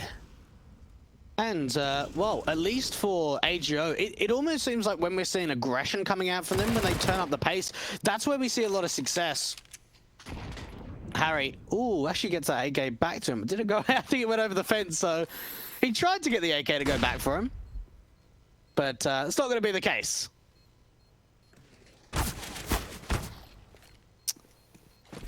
Well, he knows he's a goner at this stage. Yeah. See, if it had gone well, then that would be great. But if he was able to get that AK, fantastic. But as you mentioned, no chance. And now 8-5. The CT still in the lead, but AGO catching up. If they can turn 7 on their T side, then this could still be a close map. They could still recover this. And the eco's got to come through from NORDAVIND as well. So there's a chance opening up right now for AGO. There really is, and for NORDAVIND, they've been able to put up a pretty good start so far, there's no doubt about it. And going forward, they can at least be happy if they only gain 8 rounds. But again, it's just the set piece of the A bomb side. It seems like the strat book, I kind of want to say, for AGO is not very deep on the T side of Mirage. It seems like we just see the same stuff over and over again.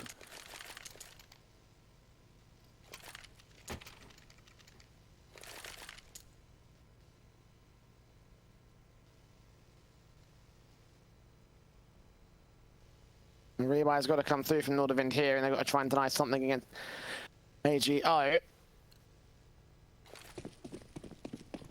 Single ops out for either side. The money's just not ticking right there for the CT camp. Of course, AGO can afford double op setup, but on T side, it won't matter too much. In the last round of the half, heavy utility usage here from NORDAVIND when they've got so little utility on the whole. T side players spread out towards the apartments, as well as the A-site commitment. They haven't gone full frontal with the full-blown execution. More spread out at the moment here between these different bomb sites. Tensky and Chroman have played here towards the firebox and the dark positions, so slowly but surely, it looks like it'll be a Palace exit from the bomb. Fiku is right there with Groovy. Groovy's got to be the entry man, though. And they're just trying to see if they can sell a fake over this B bomb site. If Ferlin can get an opening kill, that would certainly sell the rotations, because there are so many players here with the A bomb site. Tensky goes down. Chroman, he's the unknown element, and he's going to be able to strike and line them all up. 3 big kills from Chroman.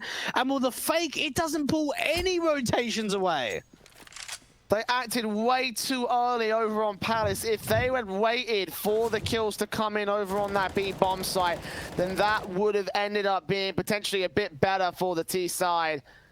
But Oscarish left alone. A 1-on-4 clutch for him. 35 seconds to the clock. The bomb, of course, being dropped. AWP watching. Palace Croman is there. Top of the sand blocks. Facing Oscarish, checking the position, not able to get the kill. 9-6 to NORDAVIND to close out the half. That's a very good half. Honestly, very impressed from NORDAVIND's sake for the CT side. We saw a bit of a change-up. You know, we saw aggression coming out towards mid. We saw certainly a lot of aggression coming out towards the A ramp face. But for XCOM AGO, that's probably, at least in terms of a half, probably one of the poorest halves that we've seen from them so far today. They've always been able to get good leads at the end of going into the second, but not quite this time around on Mirage. But at least the scoreline's close, you know, 9-6, certainly still doable. And for NORDAVIND, bit of utility up for Croman. They are going to be looking to see if they can find the double digits. This could be fast into the B bomb site for NORDAVIND.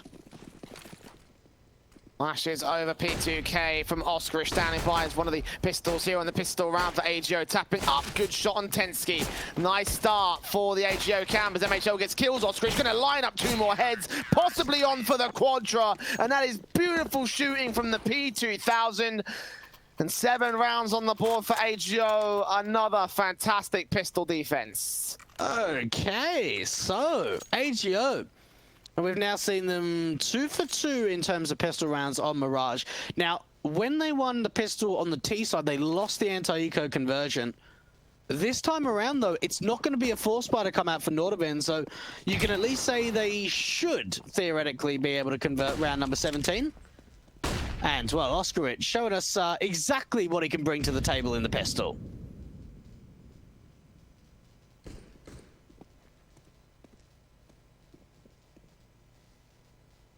Oh, Fiku, I like this. They already heard the footsteps and they're falling back from apartments. SMG so close against the pistols. He saw one man. Did they see him? Yes, they did. He'll get 1 pick. That's going to be a sacrificial sort of, you know, weapon right there. Oh, the nade. MHL. All right. No worries. Damage done.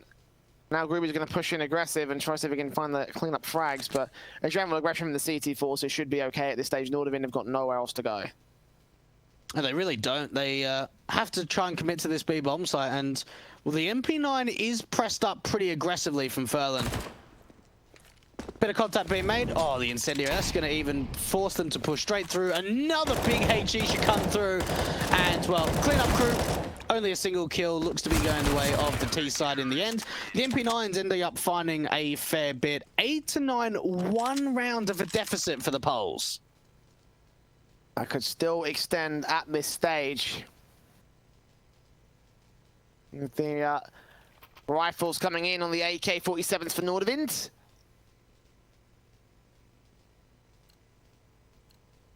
Of course, the Scouts still in play, the SMG still in play, the M4s out for Oscarish and Fiku, sure, but the FAMAS also left for Gruby. So damage has certainly been done to AGO's basis. And the investment from Fiku obviously going down that last round. Moneyline's not going to be looking great for him. Not be looking great in general for the CT side, so NORDAVIND could still push themselves up to double digits and even further than that. Harry, the AK, down to the bottom of the middle, going to boost Croman up into... Yeah, sniper's nest. Fiku has no idea this is coming in, so the AK can be ready to receive. Takes out that first headshot. Nice and simple for the T side. NORDAVIND going to look to storm the A bomb site. Gruby with his FAMAS out in towards Sandwich, not checking the right way, so kills coming in against him and MHL. It's a 5 versus 2 scenario. Favor, of course, to the the T side, I should say, on the retake. And really for NORDAVIND, they just were able to get too much map presence. We saw a player of Croman getting boosted up in window, and no one's ready for it. No one's watching the angle. Fiku's even too late to try and check that position. And, well, once they find that opening pick, they can just swarm him together, try and establish a crossfire. Gruby can't find anything from Sandwich. And AGO, they have to try not to go for the save here. Try and hold on to that MP9 and M4 to bring it into the next round. Double digits now up for NORDAVIND, and considering they didn't win the pistol or the anti-eco save, this is a great response to get the momentum back in their favor.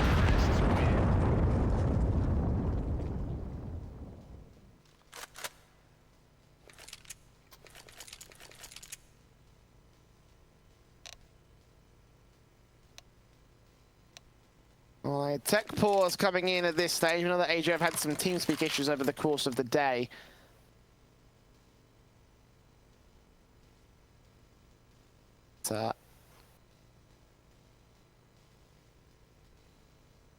Moment's respite at the moment here for both parties involved here.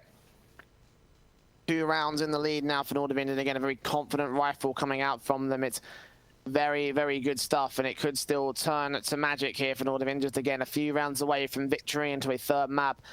AJ were hot on their heels, and it looks like they will be going in for a forced investment here for the 19th. Yeah, it certainly looks like that's going to be on the cards. I mean, at least for Oscarich and, well, it was Furlan can drop a couple of weapons. We've already seen Furlan dropping over an M4 up to Fiku. And you got to think, for NORDAVIND's sake, really all it takes is just a couple more rounds to really start to scrutinize the money line for the Poles, and they can try and run away with it and try and bring us to a 3rd map of Dust 2 of the series. And even, you know, looking at those numbers in terms of kills from AGO, there hasn't really been anyone to step up massively. And that's really what they need in this 2nd map, especially when they're in a deficit.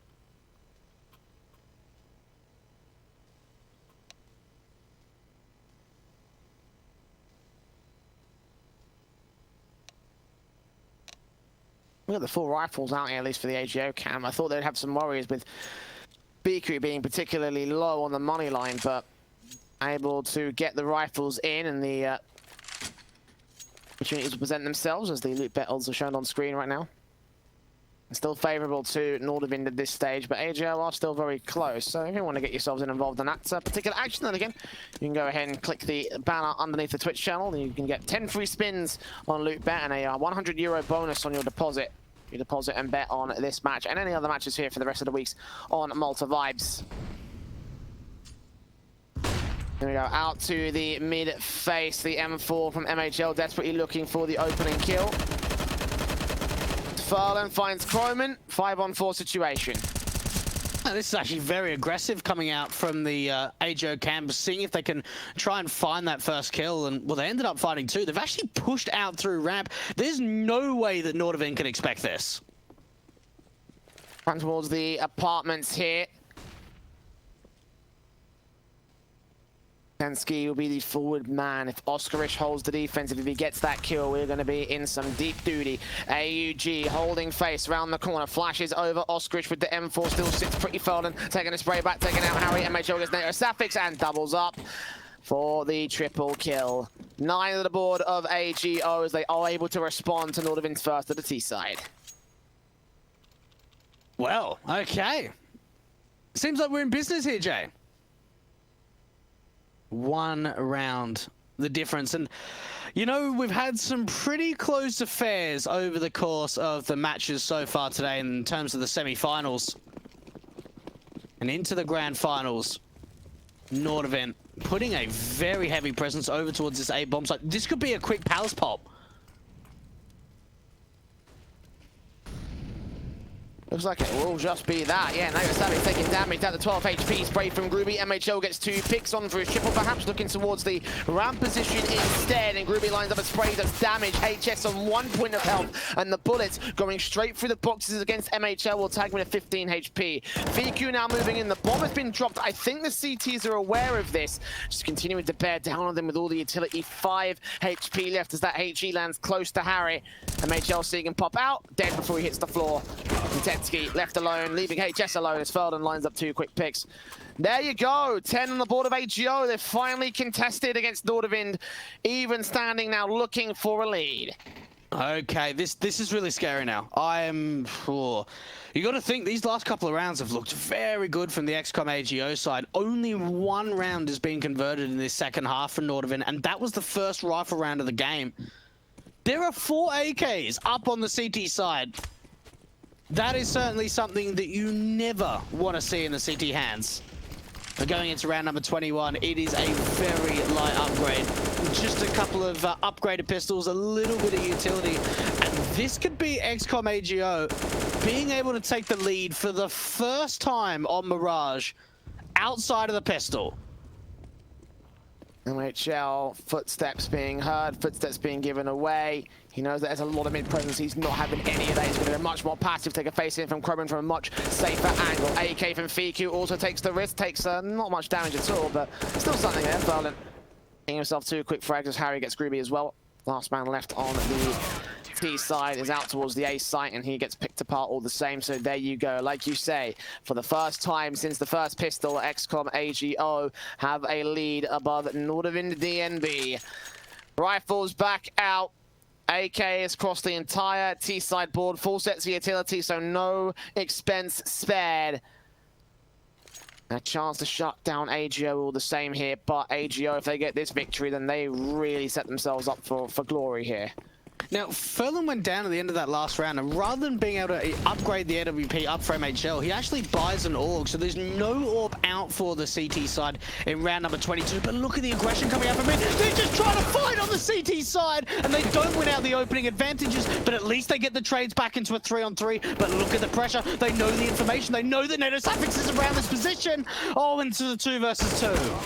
MHL trying his best to stay alive, trying his best to keep the trades going to the CT favor, but as he falls, it's all left to Fiku. He's been quiet in this map. He was quiet earlier on, and now he's got to be the damage dealer. He's got to be the main man of AGO. He's got to get this clutch to hold face and keep the rifles in check for the CT camp. He'll make his way out towards the ramp position. Gonna make a lot of noise there, but the T-side players don't hear him, don't see him. I think NORDAVIND may just hear these footsteps coming out. Tenski, nade on against him.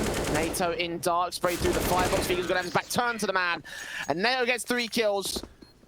NORDAVIND don't let that lead go so easily. 11-11 on this board right now. And AGO can reinvest. I mean, they've got plenty of money. The AWP can come in from MHL as well, so CT's to respond to him with the damage coming in against NORDAVIND's buy. This could still lead to a very good reset here. And NORDAVIND, they've got to be thinking, right, when is the, the quick presence coming out? When is the chaos going to come out for the CTs? Because that last round was so chaotic. So many players trying to fight on that CT side. But like you said, 11-11, we are tied up. And Fiku does get flashed into A ramp, very aggressive at the moment, and he's got Groovy to try and back him up.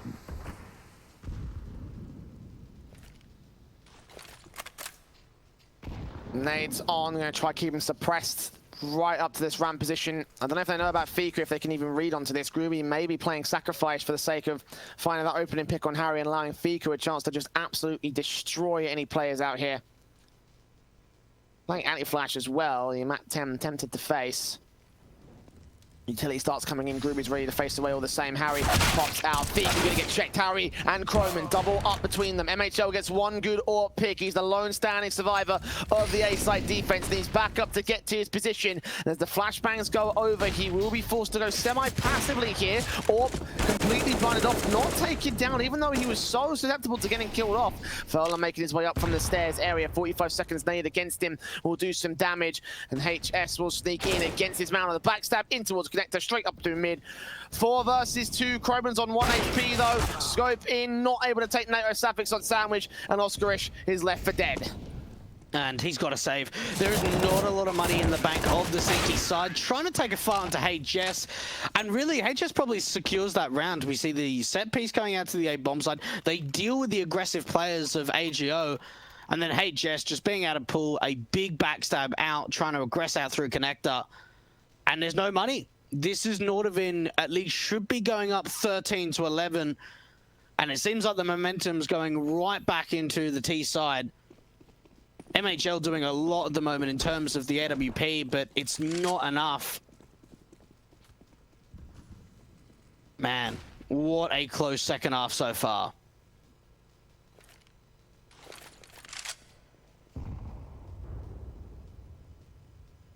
Deals back in on the half buy for AGO. They definitely want to secure something against the opposition. damage or otherwise.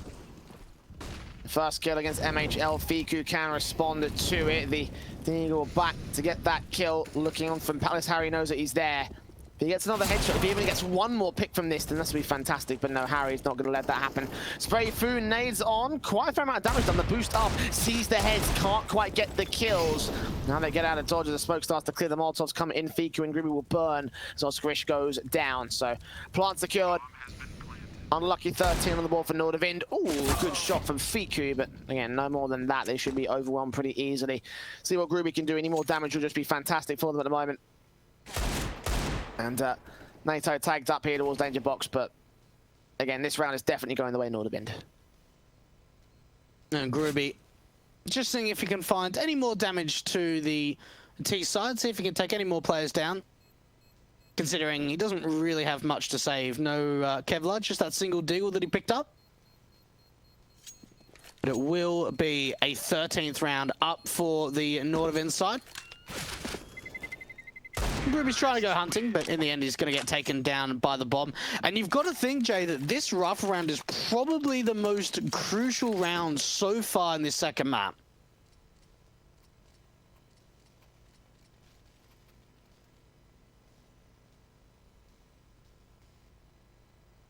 A tactical pause by AGO. Again, they are still within touching distance and bringing this map back to their favor and turning it around against NORDAVIND. They've had one close affair, or two close affairs actually today so far. To make it 3 may be worth it, especially if it does turn the map and the series to their favor. And the buy coming into the next round, they've got to think real long and hard about how they're going to approach this. AKs on the opposite side of the board. The AWP for NATO Sapphics as well. AWP can be afforded by AGO. I don't know if they bought it. Indeed they did. Passed off to MHL for this one. The M4s across the rest of the board. Limited utility sets, which might be a problem, and only one kit for Fiku now. It is the 25th round of this game. It's squeaky bum time, if you will. AKF Harry going to take first contact and not find the kills. And Harry's just seeing if he can sell a little bit of a fake over towards this B bomb site. See if he can bait out utility. I mean, one thing that they're certainly going to know up on the NORDAVIND side is there's not a lot of money for the CTs, so there's certainly probably not a lot of utility. What a shot coming out from HS. And will they know where the player is towards the ticker position? Even Fiku getting tagged up from the AWP. And you've got to think, from AGO, how do they come back from this? They're completely locked out of the bomb site now. There should be a plant pretty easy and a retake to set up. Do AGO throw in the towel, go for a retake, or concede the weapon, save them? AWP still watching angle here for MHL. And the aggression down towards Min just didn't do the damage that it wanted to here for the CT side. 45 seconds, smokes go out. Good flash time so well against MHL. NATO Samuels will face him with the AWP, but MHL wins out the fight against him. So 4 on 4. Harry's going to try and keep Furlan backed up here.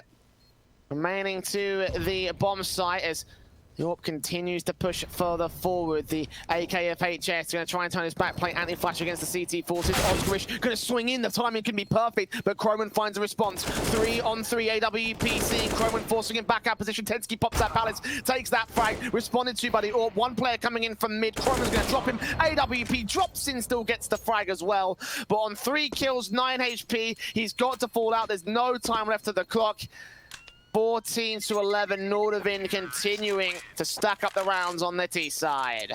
And this really should be the map point coming out for NORDAVIND. They can't buy off the back of this AWP. They have to try and play for OT. And unfortunately for XCOM AGO, they've just not been able to give them enough rounds to work with. 14 to 11. And NORDAVIND trying to take us to a 3rd map in this grand final. And well, they're at least 1 round away from getting to securing that map point. And you've got to think, yes, they've got the AWP of MHL, but other than that, it's just upgraded Deagles.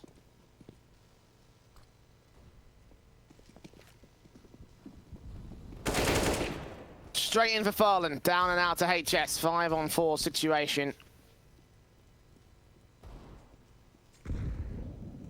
Already first casualty this time by the CT4, so it's Groovy's hoping to catch something up here towards this ramp push, and it will be Harry to drop him all the same. The Eagles just not getting the kills, not getting the damage they wanted to. Last two CTs both held outside the connector. Smokes in MHL. Left alone as Oskarish falls, and one player in front of him, several players behind him. Does sneak through the smoke as HS makes his way out, so he has that much. Position to regain here as he falls out, saves the AWP. That's his best bet. He's going to try to. Oh, and he only hits the leg shot onto HS. So, unfortunately, not even the AWP that can be saved into the following round. And there it is, Jay. 15 rounds now up for the NORDAVIND camp. And it seems like they've finally been able to find a lot of success. 5 rounds in a row from them on the T side. And even if they lose this, they've still got a hell of a lot of money in the reserve. So you got to think that NORDAVIND, they're in a perfect position to try and take us to Dust 2.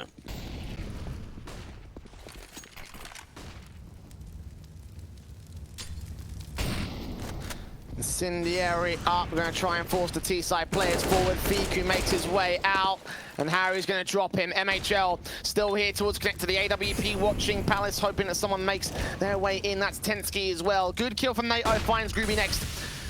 3 players left alive for the CT side of AGO. The defensive has gone so wrong so many times, and it just feels like this is going to be the end of the road for them in this map. Looking like this will end up being a 3rd map to go to here, Dweg. Just a matter of time before NORDAVIND can turn this all to their favor. Absolutely. And, well, for XCOM AGO, we're seeing glimpses from them on Mirage, but unfortunately it does not look like it's going to be enough. At least Furlan's going to be able to trade it back 1 advantage, but he can't even try and survive onto the AWP. MHL can't find anything either, and Oskarish, the last one left, and he's over to the A-bomb site. Tens going to isolate that pit, take him down. And there it is, 16-11, NORDAVIND dominant.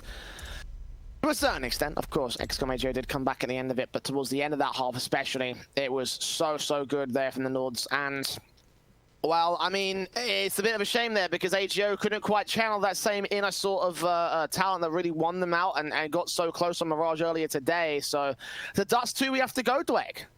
Yeah, we do, and look, it's great to see. It really is great to see that we're going to that 3rd map in this best-of-3 series. But you're right. I mean, for AGO, they really they didn't find consistent success, and that's honestly what it came down to.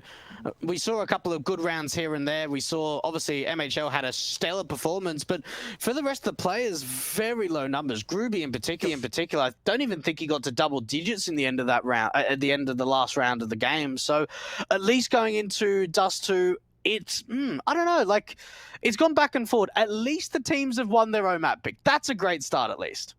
At the very least, yeah, but as you mentioned, some of those elements going very quiet from both sides, and especially from the likes of the AGO camps. So we'll see whether they can switch on and get ready for our final map of the tournament here, of the week at least.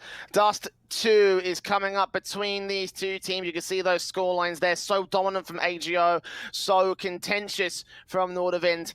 And Dust 2, well, it could be either one of these things, Dwayne, so we'll find out how well they will go, how far they will go against each other. We're going to go to a very short break, but when we come back, we will get to take a look at our final map of the series and of the grand finals. So stay with us here on Eden as Malta Vibes concludes after this.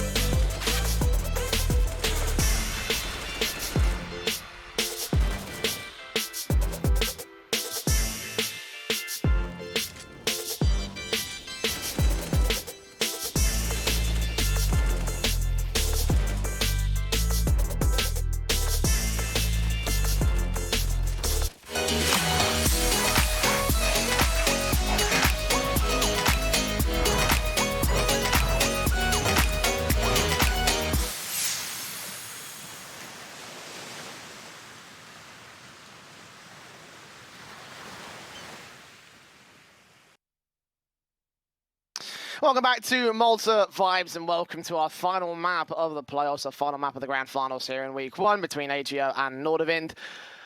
What a journey we've been through so far today to like AGO, certainly for them being coming the long way around. They played one series after another, back-to-back for the semis and grands, and now here on Dust 2 as our final map of said series.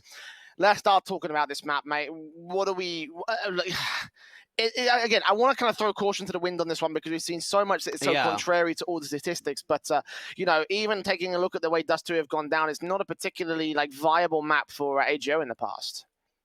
You know, it certainly isn't. And again, one thing that we've certainly noticed, I would say, over the course of at least this grand final, maybe at least the last semi-final as well, but at least in map 1 and map 2, whoever gets off to a good start is pretty much the winner of the map. And I think that's really what it comes down to on Dust 2, is getting the momentum start. We saw a great first half coming out from AGO on Vertigo. There wasn't enough rounds for NORDAVIND to come back. Again, we saw NORDAVIND being able to pick up 9 rounds in the first half of Mirage. There really wasn't a chance for AGO to come back. So for me, at least going into Dust 2, it's a map that's very difficult to come back on. So for me, whoever gets a good momentum, whoever gets off to a good start could potentially be the winners of this grand final. Absolutely, I think that probably is the most likely sort of thing to the most likely outcome. I think you know, these two teams really just need to get like just need to swing in with the momentum. You know, we've seen a lot of the you know, a lot of that work well for AGO back on the second map and going into the first. Sorry, coming out of the first, I should say. You know, and here for the third map, obviously, like NORDAVIND, I think need to carry their momentum over and doing something about that.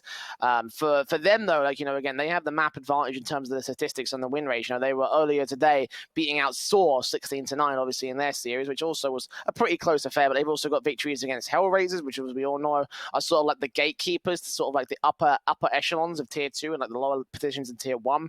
You know, victories against Secret, AGF as well took them, went the distance against them, beat the Smash side, or now, you know, the now disbanded Smash side. Endpoint have had their fair share of matches against these guys, versus, you know, AGO, who, yeah, they've got similar sort of names in their roster, but they usually end up with losses on this map against them. Yeah, I mean, one thing that I'm not sure if it was the match on the third or potentially on the second, but when we saw AGO facing off against Simon in the group stage, AGO actually picked this map, and to say the least, they were god-awful. They really struggled on the T side. They started T, and they only got 3 rounds. It honestly looked like they'd not played this map. It looked like they'd struggled in every single advantage. They could not even get map control going their way. So I hope that we see a very different AGO of what we saw, you know, a few days ago on this map. But look, for them, you've got to look at MHL, and I know we keep talking about him over and over again, but he honestly seems to be, at least in the grand final, the only man that is consistently putting up numbers for this Polish side. No, absolutely, you're right about that, and it's sort of like, you know, even though we're sort of seeing the redemption arc for this team, obviously they've been through the marathon today, you know, as I mentioned at the start. Yeah. You know, won best of 3 earlier today, went 16-14, went to overtime on the other map, when, you know, quite one-sided on a third map, but still, that's like, you know, 3.5 closer to 4 sort of maps than it is in anything else in a best of 3 series. So, you know, coming from that and then immediately like a small break into the grand finals, having a playoff against, you know, that Vertigo and then that Mirage that we just saw, and we're looking at the whole situation for them. And right now, the fatigue's got to start taking its toll on them at certain points. And you know, this many best of 3, this many maps deep into a series, and it's like, well, yeah, I'm starting to think we're starting to feel the hurt for this one. But it does compound on the earlier issues we've seen, because again, that main core 3 of players that was really carrying through when certain, you know, back about a month ago, right now they're the ones that are not showing up. And even though MHL is having a fantastic time and being the consistent element, Gruby's been missing, Furlan's been missing, Fiku has been up and down throughout the course of the series so far. There's some very big missing elements, I think, in this Polish team. Yeah, no, there certainly is, and it may come down to fatigue. I mean, they played a 4-hour series in the semi-final. We're now 2 hours deep into the grand final, so you're looking at already 5 maps being played, 1 that went 30 rounds, 1 that went OT. So all in all, it certainly is a lot of playing time, but you've got to dig deep, and that is really what it comes down to. Is, well, you've got winners and you've got losers. The winner in this best of 3 in the grand finals going to be taking home 25,000 USD. They're going to be taking home them a sweet package of a boot camp in Malta. So there's a lot riding on this. And for AGO, you need to put your tiredness aside. You need to really, dig deep, claw into Dust 2. One, at least, silver lining for me is Groovy in that last semi-final was pretty average for most of map 1 and map 2, but he put 30 frags up in map 3. He went positive 19, and it looked like when they needed someone to step up, he was the man to do so. So I hope that's a similar kind of storyline going into Dust 2, where it's like, right, we're looking at the veteran players to step up. The pressure's got to be there. This is a grand final in the last map, and you've got some very young players on this AGO side. No, I agree, and I think that possibly, if you were looking for a player to step up, Groovy would have to be one of those guys. Again, I'd like to see Furlan also fill up his shoes, and Furlan has been overall on the positive so far in this series. But switching over to the NORDAVIND side, I want to take a look at who needs to step up for their own right. I would usually say Naito Savix is on the AWP, but that's kind of a given considering the AWP is such a big role. For me, I have been a little bit less impressed with HS. Given his previous performances on his previous teams, I would have liked to see some of that little bit of star power come out, and that just hasn't been shown today. And I haven't really seen that over the course of his run with NORDAVIND, in particular in this series. Obviously, he's currently -4. He's been very, very quiet in some of these maps. He's scored 32 frags over the course of 2 maps, which is all right. But I just don't think that he's sort of been the main frontal player that we've hoped to have seen from NORDAVIND. Yeah, look, HS against Soy put up 74 kills in that best of 3. So you look at that and you transition over to this best of 3 and you think, where's he gone? He's gone hiding. So certainly HS needs to have a big performance. He certainly can. There's no doubt about it. You know that HS can always shine when he needs to. And I would say that happens for a lot of these players on this lineup. Like Tensky in particular, he's had a bit of a quiet game. He's normally a big fragger for this team. So I certainly think going into Dust 2, it's a very raw, aim-heavy map, and I certainly think that NORDAVIND, if they can get the individuals to step up, then they could be able to take this series and to take this grand final. But for AGO's sake, I just want to see consistency. I don't want to see someone getting 30 kills. I don't want to see someone popping off. I want to see consistency across the board, and that's something we haven't seen so far in this best of 3. Well, one consistent element for us, Dwayne, is certainly our titles partners in Gaming Malta, obviously. NORDAVIND is brought to you by Gaming Malta, our home for gaming excellence across the board here, and they'll be providing for the boot camps for the respective winners of this grand final. So a lot's going to be real fun for them. So we go to our knife round here on Dust to decide the choice of side, Dwayne. I want to get from you win condition sides, predictions. How do we feel about this final map? Win conditions for AGO, it needs to be consistency. I don't care if someone, puts up 30, 40 kills. I just want to see them across the board, making sure that everyone is showing up. There's no one quiet. There's no one in the dark. That's their win conditions for AGO. For NORDAVIND, let's go and get some of the riflers fired up. Let's go and get HS into the action. Let's go and get Tensky into the action and even get Nato Savix on that AWP. I've been going back and forth with my predictions and keep changing them here and there, but I think going into Dust 2, I'm going to give a slight edge to NORDAVIND, but I think this is going to be the closest map of the series so far. Yeah, I'm going to edge out NORDAVIND as well. I think that their sort of performance in that last map, Mirage, is a much more closer affair to Dust 2 than most other maps in the pool, especially when you compare it to the likes of Vertigo. So for me, having them seen so much success on that map, I think it's going to translate over to this map. And it seems like our partners over at LootBet agree. 1.7 to 2.08 on our odds numbers. Of course, if you do want to bet on this match, it's your final chance to do so. You can go click the banner under the Twitch channel and deposit for the opportunity to live bet, of course, at any certain point during this matchup before its conclusion. You can get 100 euros on a bonus deposit as well. As well as that, we've got 10 free CSGO spins going for you. So again, get loot.bet and click the banner underneath the Twitch channel. So pistol round getting live here. NORDAVIND straight out towards the catwalk. Fiku on shore is going to take contest against 4 T-side players. He's seen them, he's called it out. CT's quickly making their way in that mid position. HS and Tensky get the opening couple of frags. MHL does get involved in that one. Groovy's stuck in the midst of the smokes on top of the Xbox. Tensky able to trade him back. Osquish and Fiku after 2 players left. Fiku makes his way up, gets shut down. And that is a stormer of a round for NORDAVIND, taking the pistol quickly on the T side. Well, that was a bit of a whiff coming out there from Groovy, which is not great to see on the start of Dust 2. But for NORDAVIND, it's the fast takeout from short. They slow it right down after fighting the opening contact. They force Fiku down into that CT position. It looks like they're moving back towards mid for the mid to B. And once they find a couple of kills, they end up just rushing out through the A bomb site. And it's just Glocks galore. HO, they can't find a response. Ooh. Oh, great shot coming out from NATO Savage. This is what I'm talking about. It's grand final time, baby. This scout, I mean, I've seen it being impressive element on Dust 2 before, and certainly impressing right here. The scout of the CTs is able to respond. And look at Fiku, look at how close he is with the Deagle at the edge of the smoke in the long house. Croman inches away from making out with the man. He's going to see him out there towards that corner, burst through. Going to be seeing some damage against the nades. I'm going to try and take something down, and indeed the HP numbers do stack out for the T side. But either way, this is going to be a 2-on-4 scenario. Oh my goodness, and it all starts off with NATO Suffix. 2 insane kills coming out through the mid face. And well, Harry, he really can't do anything once he gets spotted out from Longhouse. And NORDAVIND are still putting a pretty heavy mid presence through. A lot of information coming out. A lot of players tagged up as Ostrich. Last one left, but he's going to take a bullet to the face. And for NORDAVIND, starting things off, looking very good on the T side. Oh yeah, man, like it's just those 2 shots from NATO Savix in particular, obviously absolutely brutal and just fantastic in general. Like, you know, if you get something like that on your start on the T side, like you're rolling, like you're just rolling immediately. You're not messing around. See the MAC-10s coming out here to replace that scout, unfortunately, so no further fancy shots coming in from NATO Savix. We'll wait till he gets to the AWP later on down the road, and you can see the T side very quickly entering into the B bomb site. NATO's going to take control. Push up aggressive into this mid position, maybe out to CT spawn, falling on 1 point of health. HS gets that kill. Groovy can respond. Chrono making his way in. 1 frag, 2 frags. Not quite 3. But Fiku will end up falling to NATO instead. So 2 picks to the names of the MAC-10s each. And money has been gained by NORDAVIND. I imagine they'll keep those SMGs in for value weapons unless NATO wants to upgrade to the AWP. Gets passed off an AK instead, actually.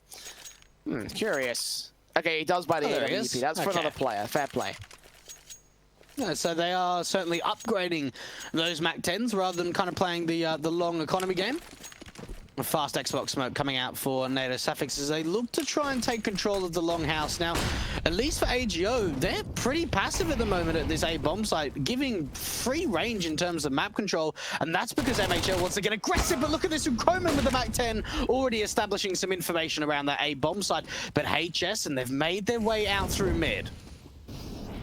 Forward Fallen, ready against Harry. No. AK shuts him down. Groovy's going to get boosted up by MHL. And Screech on the bomb side going to swing out from the B doors, but can't do anything about this. Good spot from Groovy at the top of the smoke. Takes out Tensky for 1 good kill, but 2 versus 3. Him and MHL. I mean, sure, there should be no chance from here at the CT spawn. They can barely make their way out of the dark area. With the smokes down, keep it suppressed, allow Groovy to escape with the M4. The AK spray almost lands to the AWP of MHL, but they're just looking to save their weapons here. There's not going to be much of a chance here at... Oh, never mind.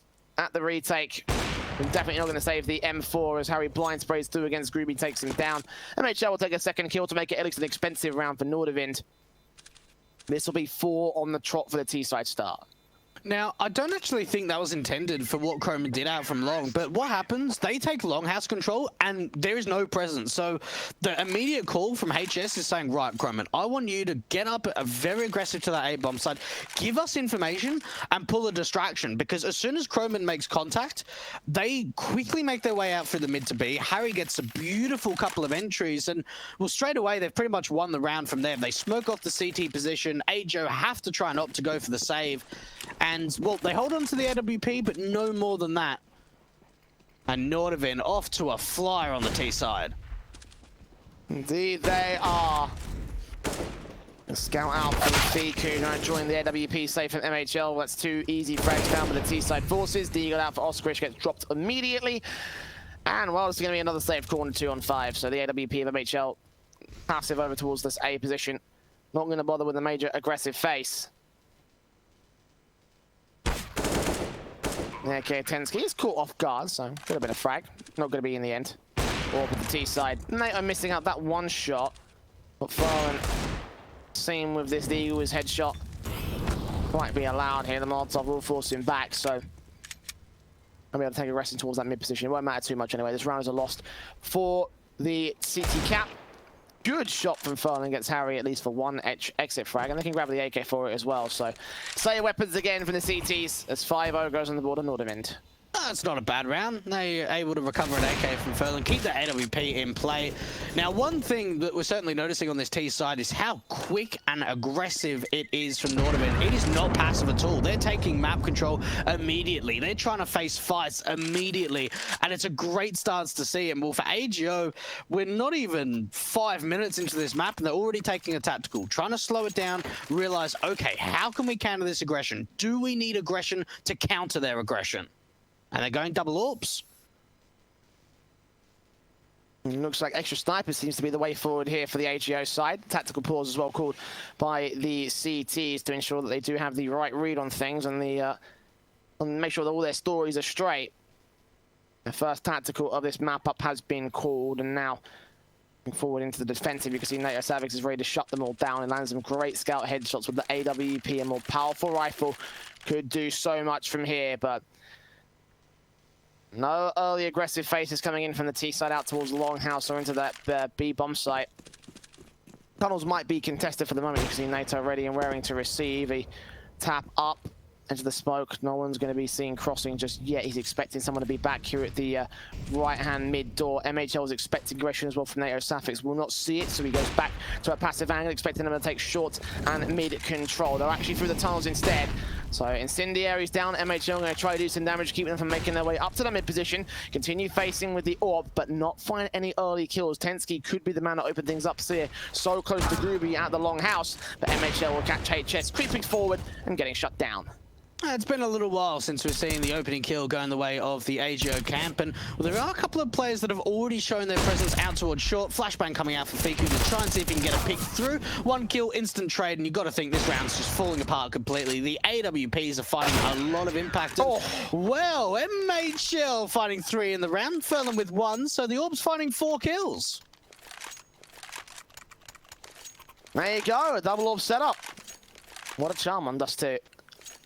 Perfectly played there from the AGO side, and again, MHL, like, just beautiful stuff from him. The scope in, scope out action over towards the back of the A bomb site on that ramp control, expecting there to be short presence, and indeed there was. AK's back in on the rebuy. No AWP this time for NORDAVIND, however, so NATO's not going to get his chance to try and scope down the mid position. Fast plays out. Oscar's going to line up 2 straight up and out of them. Damage is not sustained on the 3rd player, but either way, that's a bottleneck play as a rush came out from NORDAVIND and it just gets instantly decimated. Molotov should burn this man alive. The AWP of Vernon gets close to landing another good kill on a T-side member, but they opt to back off here, losing so much to that top of Tunnel's control. And, well, look at Fiku. He's already got the information. He's already pushed well aggressively.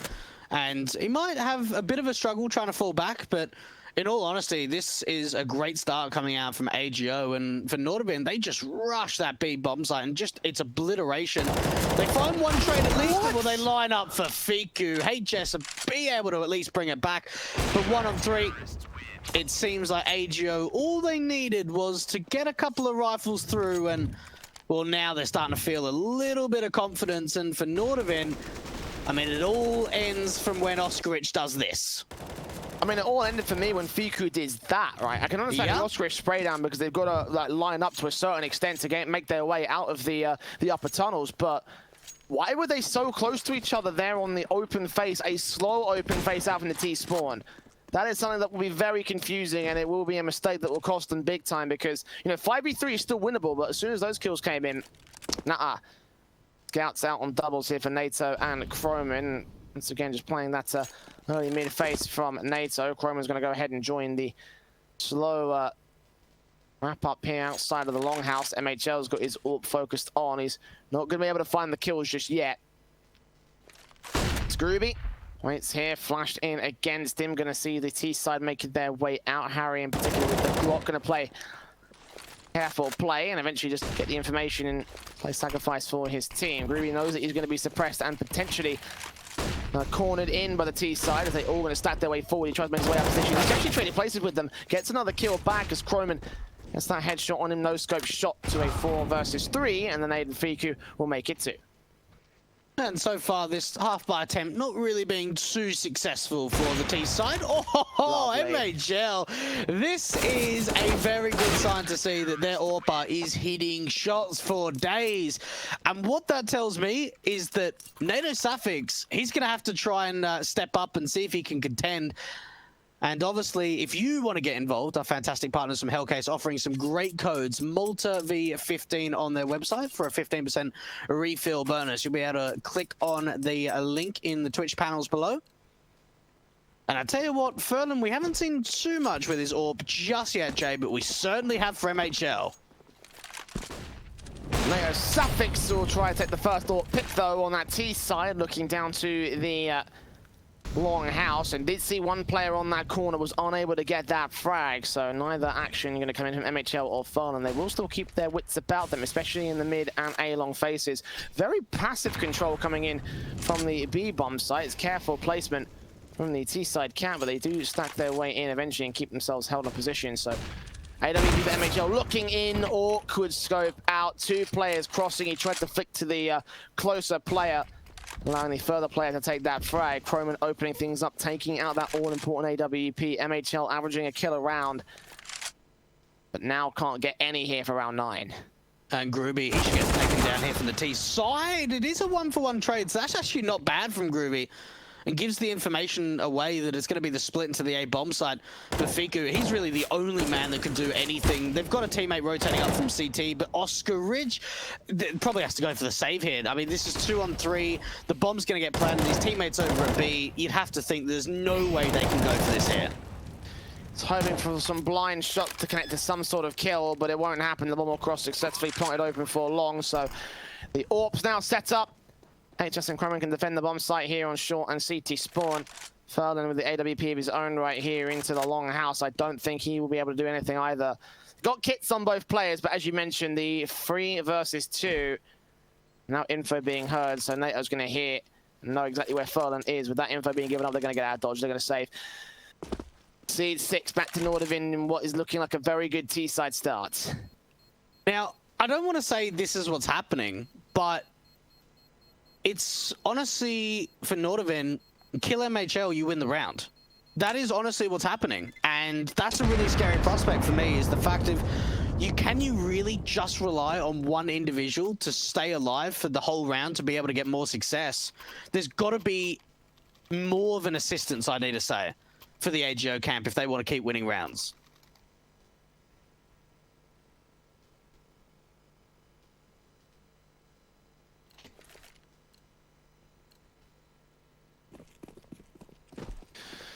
Double AWP set up. Back out for AGO, and appropriately enough, because it was the cell that had the most success so far in this one, but it's such a heavy commitment. And look at the longhouse control. He's going to rely on the M4s to strike, and none of them do. Tensky gets 2. Speaker and Groovy just drop. And the AWP of MHL can remain on the bomb site, but surely without much the need to strike. The T's will make their way onto the long house. The spray in from HS does get dealt with by Oskrish. MHL gets a secondary fragment to 3 versus 3, but unscoped here as the players make their way up. He gets Croman with a wallbang headshot, and Tensky can respond. Double up, no. NATO Sapphic steals that kill away, and Oskrish left alone. Will he jump face? Will he go for the Kelly? He won't. He'll take NATO Sapphic down, knowing where Tensky is roughly jumping to check and see exactly his position. Out the short control, checking out the ramp area. Going to start facing around that corner. Look for the AK-47 somewhere out here, and he gets the spray. Big 3Ks from Oskarish, and big 4 rounds on the board for AGO. Oh, that's so big. That is such a big clutch coming out from Oskarish. And for NORDAVIND, they'll probably be absolutely kicking themselves that they lost that round. They had a 5-on-3 advantage. They took the longhouse control immediately in the start of the round. And MHL, he puts up such a great defensive hold towards that short position. But Oskarish, the 1 versus 2 attempt to come out. And well, that kind of keeps AGO in the map, I kind of want to say, because otherwise it would have been 7-3 up. They would have reset the money. Now they're at least in making this competitive.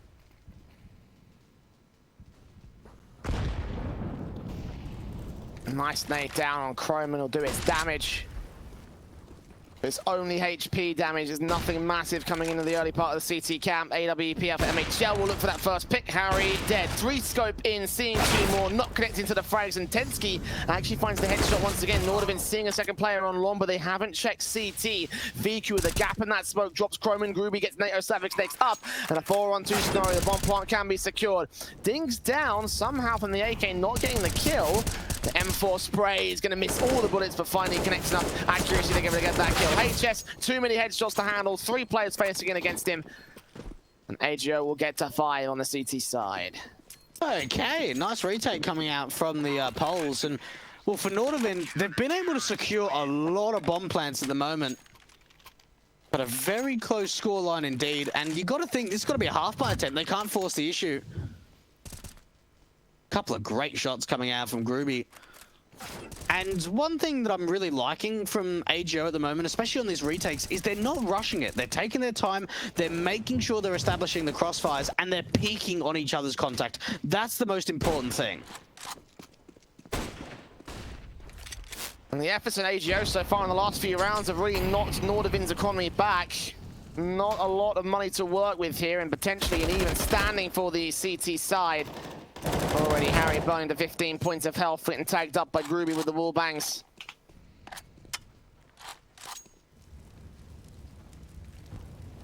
Out of the dodge here, out in contention. The utility for these CTs are going to try and hold them back here, but NORDAVIND just down towards lower tunnels will not have a whole lot of anything to try and take. Tensky, scout out. Shot connecting but not landing a kill. Osprey to find the opener, and the rest of the T should get cleaned up from here. Lucky Carol, lucky utility. Good kill from Harry, but Osprey with 2 more picks, 3 kills to his name, and HS is left alone. And we're up to a tight scoreline to come out between these 2 sides. HS just trying to see if he can find anything with this Scout and Deagle. Any more would be an added bonus. But there's so many players around this corner. Oh, had the opportunity of trying to take down MHL, but Fiku in the end going to be able to find that AK kill. Now 6-6, we are going to see the rebuy investment coming through, but you've got to think for AGO, if they're able to win out this round, they're going to completely reset the money. There is hardly any in the reserve for this NORDAVIND side, and they were up 5-0. This is a great late resurgence coming out for the polls.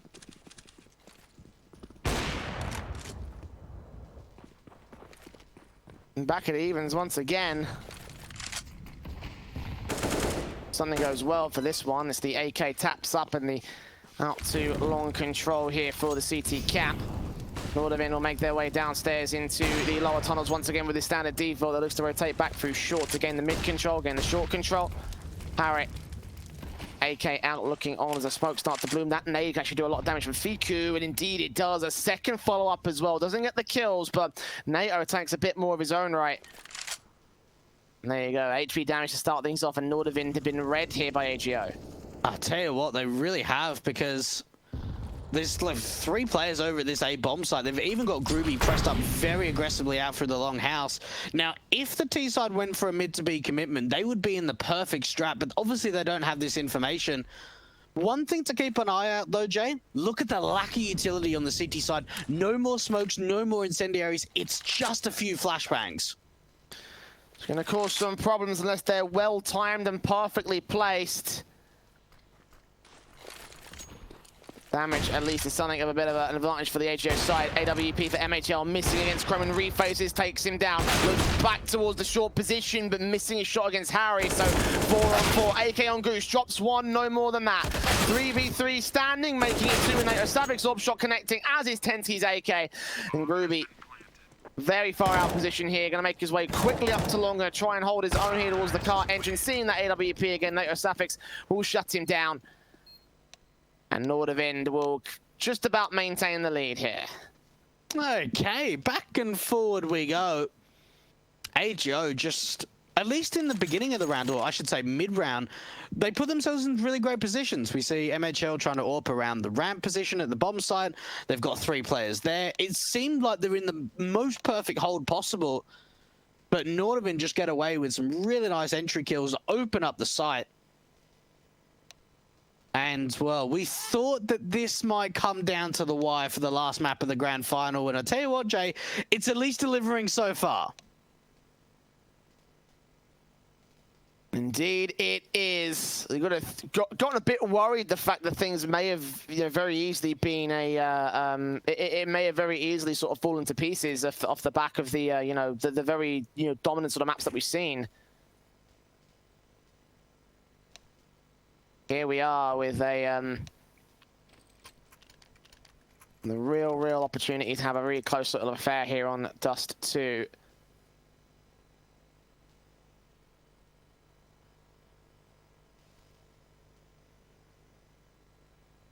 A small technical pause before we get into our 14th round, a very important round at that. So at least the extra little bit of a moment for XCOM AGO to change up their strategy. I mean, obviously they can't discuss things as per the rules, but maybe just a couple of thoughts swinging around their way, so that way they can second guess it and discuss it in the freeze time once it kicks back up again.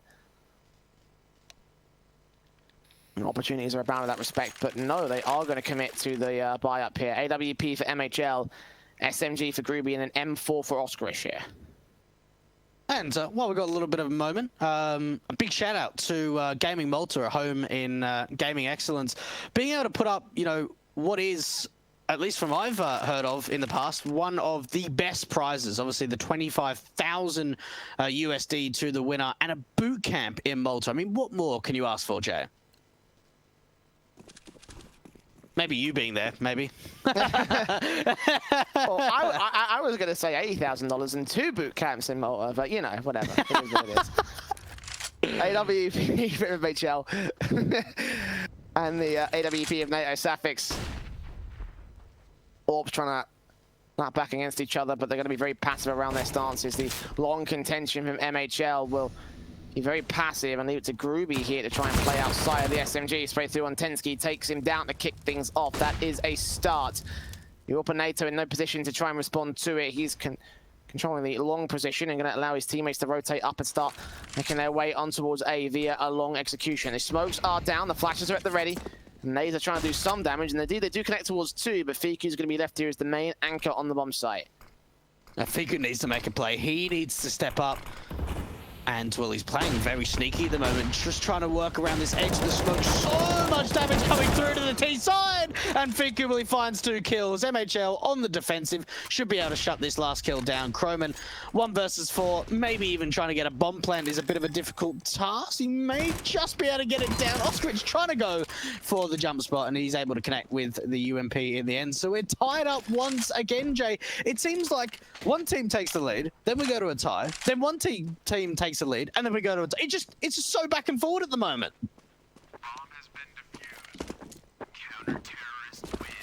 Well, going out of this first half, we will have a definitive lead. We have to, because obviously, 15 rounds. But 8-7 will be that scoreline. Will it be to AGO or to NORDAVIND? West Eagles and Fiku there to work off the damage the AWP had done, the utility had done. Line up those 2 kills that, of course, got them so far. The double up set up out for AGO for one final shout here in this half, and already fallen straight down to suicide. HS is a goner. 5-on-4 situation, a brilliant frag to kick things off for the CT side. What a start. The confidence from Furlan to try and take that opening pick out through that suicide position. And he gets very successful in doing so. A little bit of damage down to the incendiary and to Harry. And well, for the T side, trying to see if they can take a little bit of mid-control and try and split up through Xbox. And they're just going to push through smoke. No flash, no nothing. And Fiku lines up 3. What is going on for NORDAVIND? What is that shot from Fiku? What is going on, Jay? What was that? We've seen it all. It's not with the 2 players popping out. The spray transfer for the 3rd, and then watch this. First bullet reactions. Oh my god, Fiku. What? Like, that's the kind of talent we hope from this kid. And my god, what a performance. What a showing in that last round. To solo hold the mid control and get AGO up to 8. Now, that looked really nice from Fiku, but what are NORDAVIND doing there? There's no flash, there's no support. They're just pushing through a smoke, and when they go one by one, Fiku's able to line up 3 incredible kills, and yeah, the last one was super impressive, but you got to think, NORDAVIND just fed that to him. They absolutely fed him the 4K, and I don't know, like, they got off to a 5-0 start. Things were looking really great. We saw NATO Suffix hitting some insane scout shots. But really, XCOM, they've grinded this sort of late section of the first half. And in stages, 3 rounds in a row, 3 rounds in a row, then 2 rounds in a row. And you've got to think, the momentum going their way into the second half. Now, one thing I said in the pregame, I didn't want an individual to step up for AGO. I wanted consistency. Now, maybe for Furlan, you can kind of say, well, he hasn't had the best of performances. But you look at MHL, Fiku, Oscarich, and Groovy, they are all in very similar kill counts, which is exactly what I wanted to see from the polls. And confidence has gone back their way. Loot bet odds on screen again. Click that banner below the Twitch channel. Get your €100 deposit bonus. AGO with the advantage going into their T side here on the pistol round. It's going to be our final pistol round, our start of our last half here in the grand finals. AGO straight out the gate into the long control, out of the long house.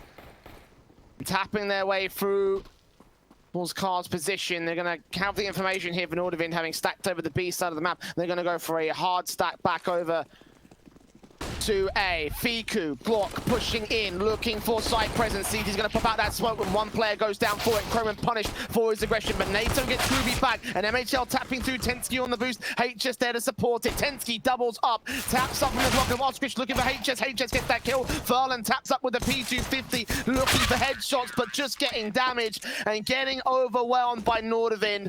All even out, 8-8. The pistols of the CT side shine bright. Oh, okay, and look at the stack, right? I mean, they stack up at that A-bomb site, they get into some really great positions, even the boost coming up from HS to try and see if he can get a little bit of some information over the gap of that smoke. And for AGO, it will be the force buy investment back on the T side without getting a bomb plant in the pistol. A scout out for MHL, upgraded pistols. NORDAVIND currently tied up with their opposition of AGO. No mid-starts actually coming out from the CTs. It's quite heavy towards long and quite heavy to the B bomb side. And that's going to allow free range for AGO. Indeed it is. Right now they're just sitting in the tunnels position for the most part. You're going to put this smoke out for Groovy. He may try and set him on something. I think it was a missed smoke.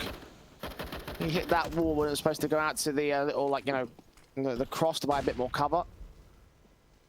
What it seemed like to me, but minute on the clock and Croman facing forward. The scout misses its shot, so no kill for MHL. Groovy will spam his way through, try and take players down. HS gets Oscarich, and Furlan swings in from his back, shoots him in the back of the head. AUG can respond to it, look for the secondary kill as well on the Tech 9. A 4 versus 3 situation. Harry immediately going to spot them all, burst through, get the kills. Croman gets one as well. And MHL left alone, a 1 versus 4. Good no-scope shot actually against Croman. That's not half bad, but not going to be enough to fend off the remaining CTs. 9 on the board, NORDAVIND regaining the lead. And unfortunately, what happens there for AGO is they're not spread out enough on the default. And, well, for Harry, he could just, as soon as that information comes through when Croman pushes the upper tunnels, they get information up onto the T-side of players. And, well, Harry just pushes out through Longhouse and wraps in through top mid. And it will be the NORDAVIND side taking the lead, Jay. And potentially going up to double digits, because really there's not too many upgrades to come out for the T side. A little bit of utility, but not a lot to work with. Oh, clean shot there from Tensky taking Furlan. And a scope in, going to look for some sort of pick back over onto the T spawn, but nothing's going to be seen here by the T side. The M4s, the SMGs, the scope out, spray through from Harry, gets himself 2 quick picks. NATO Sappers gets MHL next up. The bomb's been dropped in the open, so this round is for all intents and purposes over. Oskrich looks for another exit frag at the very least. The nade on the HS headshot comes out. And now the buy's up here for AGO for their first rifle round of the half. A rifle round that would love to go well right now. Because right now NORDAVIND are in a stunner of a lead and may well be within touching distance of the win here. If they can get this momentum, if they can win out this gun round for NORDAVIND, this could be big. The AWP coming out for MHL. Look at the stack over to the B bomb side. This is a very heavy play coming out for the CTs as they try and take control to the lower bomb side. Look at the aggression on the CT side. NORDAVIND's finding the opener. Oh my goodness, HS. And this round's just all falling apart. Now, we've seen the lower tunnels aggression coming out before in previous matches in Malta vibes for the NORDAVIND side. We hadn't seen it yet so far in this half. And, well, MHL's just gone, where's all my teammates? They went for a tunnels default as NORDAVIND went in for a tunnels push. You don't see plays like that. I highlighted it last time we saw NORDAVIND. That smoke is specifically designed to get you into tunnels by evading the AWP shot. It's got to time it well against the cross-in from the tunnels entrance. NORDAVIND playing that to perfection, taking out every single player they see. The only kill coming in for MHL was after they had stormed tunnels and taken apart his teammates. AWP now seen here by the player on short incendiary to keep him back here. Bomb's been dropped outside of the upper tunnels as well. So, yeah, the CTs have full control. This is going to be 11-8 score, and no matter what MHL can do, his best bet to save that AWP. They know roughly where he is. They can just continue to hold angles from here. Okay, that's what I like to see. Confidence. Now, we've certainly seen it before for NORDAVIND of them trying to get aggressive on the CT side, especially towards that lower tunnels position and the trades. I mean, especially NORDAVIND, he helps them out a lot. 2 kills to him, 2 to HS. And you're right, MHL just has to try and save onto this AWP, try and bring at least something into the following round. They're not going to have enough money to buy around it, so it will just be some upgraded pistols. And so far, Jay, they have not been able to get a single bomb plant on the T side.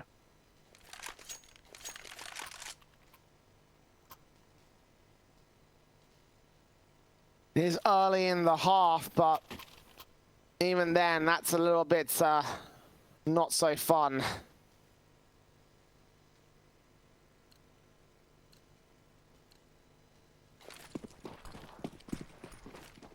AWP, of course, for MHL being the only rifle they have. Of course, the half buy coming in for the T side, now waiting for Maxos bonus to swing their way.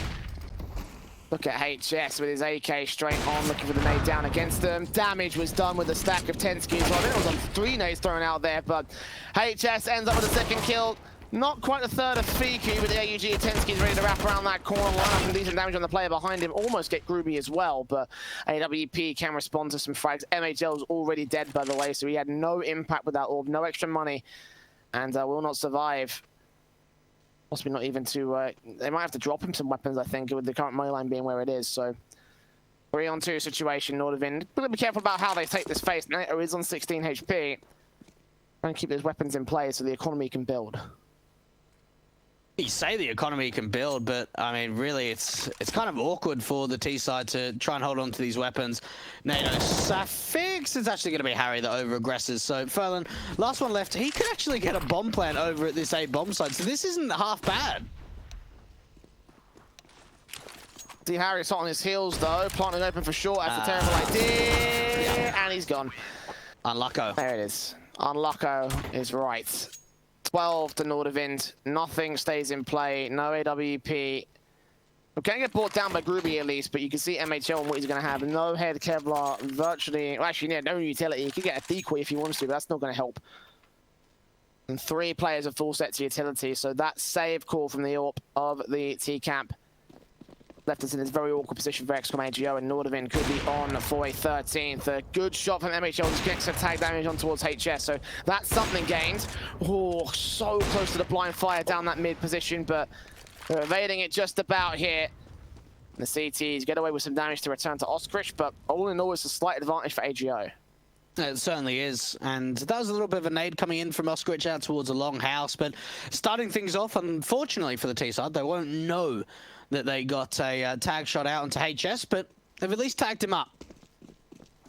And you've got to think for AGO, they need to start getting onto the board at some stage on this T side. It has been 5 rounds in a row for NORDAVIND. Very heavy short stance coming out. You can see all 3 players kind of in a bit of a line setup at the moment. NATO Suffix, as soon as he takes a shot, it will be a following flashbang up from HS.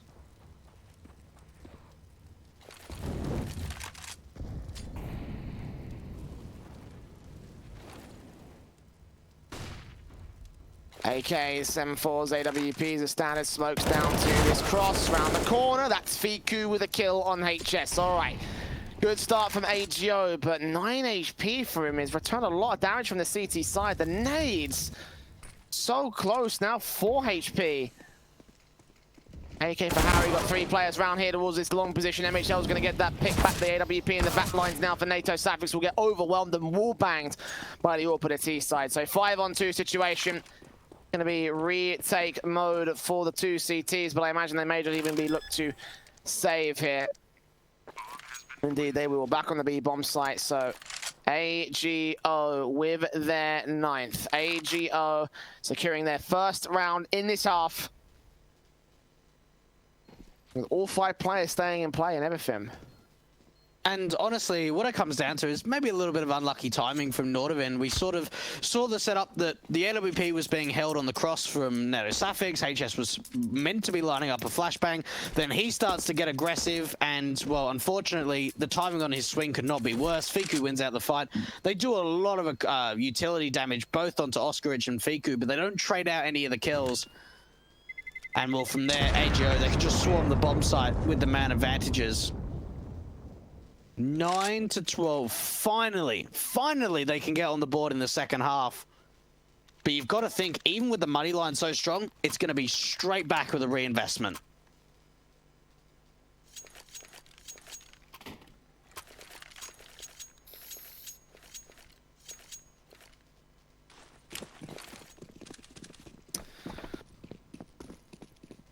Big round for AGO to find, obviously, not only with the round going their way, but with all the economy starting to build now for the T side.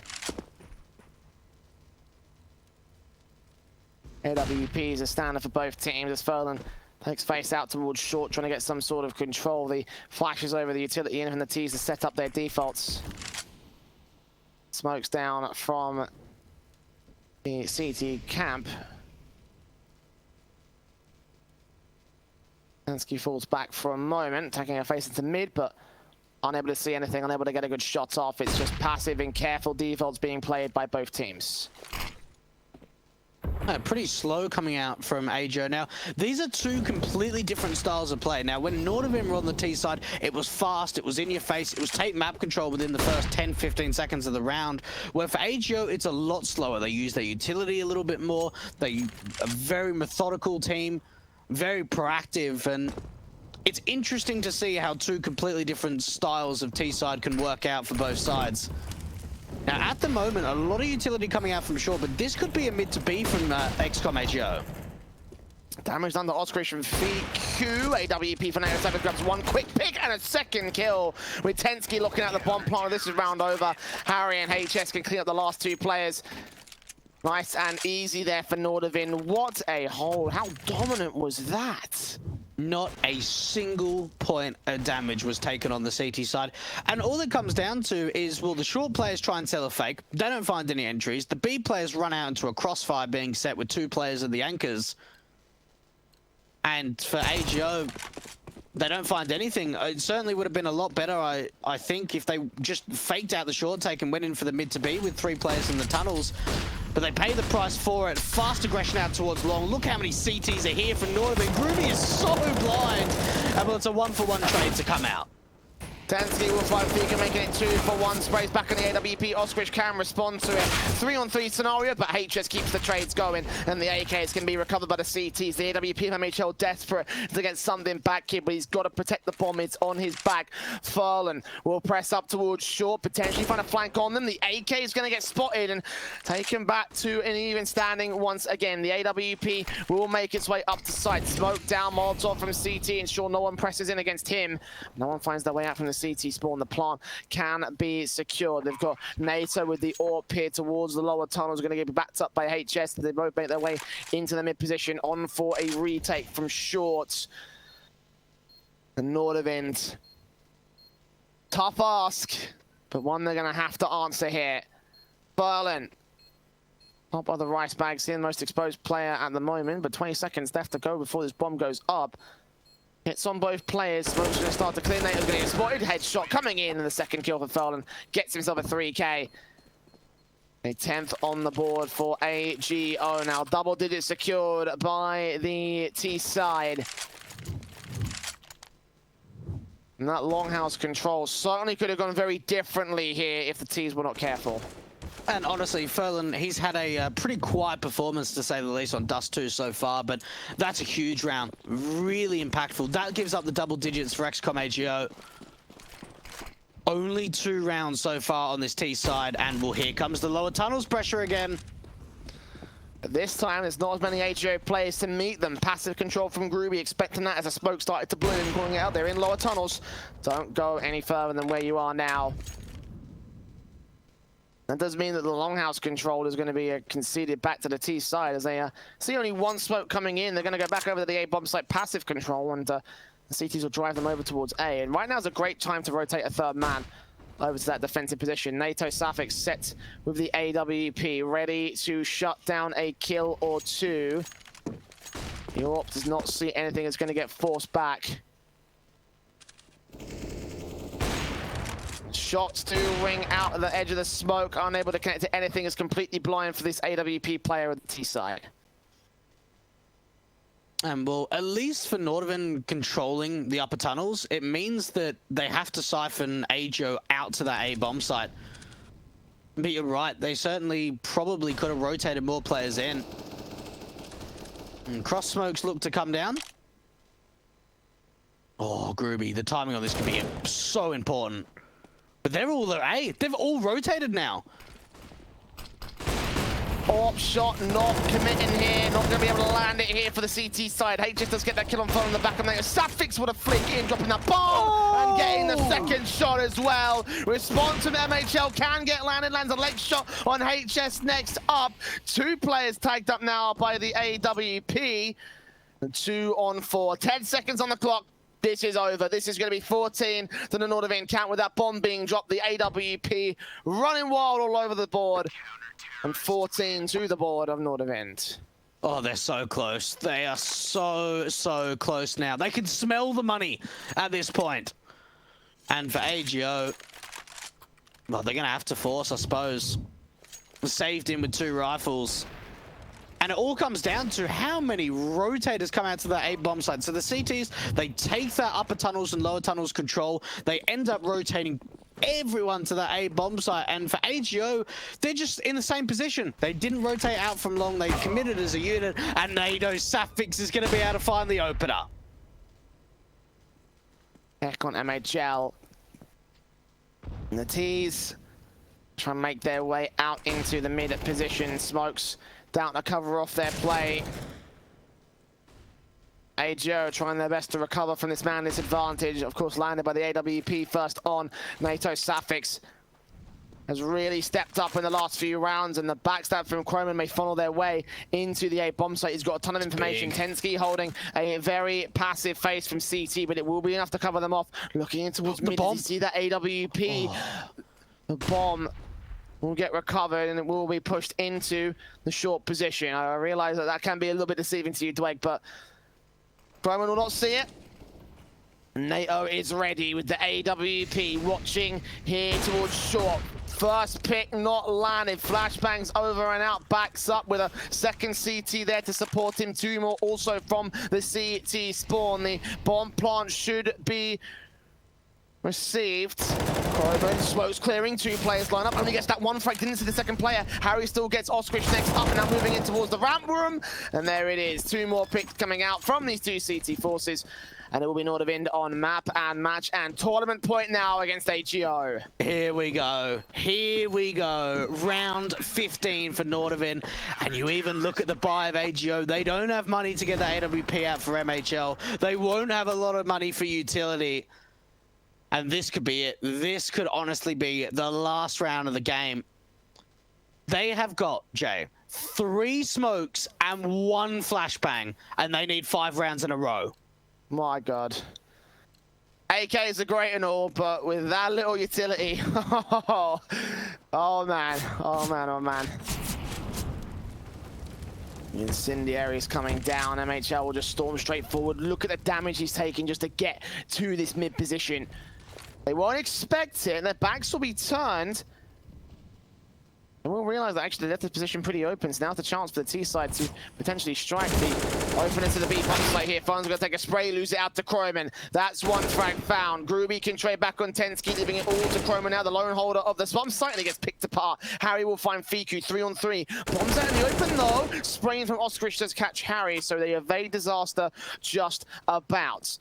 I'm going to rotate in towards that B-bomb site now. He's got to go through T-spawn. He can't go through tunnels because the CTs are on rotation. MHL's going to cover that off. The safest way in is through the upper tunnels. HS caught out, looking the wrong way. NATO Safix with the AWP player. 1 versus 3 for him. Is it better for him to save at this stage with the money blind being where it is, or will he go for the retake and try to see if he can push NORDAVIND past the finish line? Oh, he's got to save. Like, playing the long game is certainly the smarter out of the 2 options.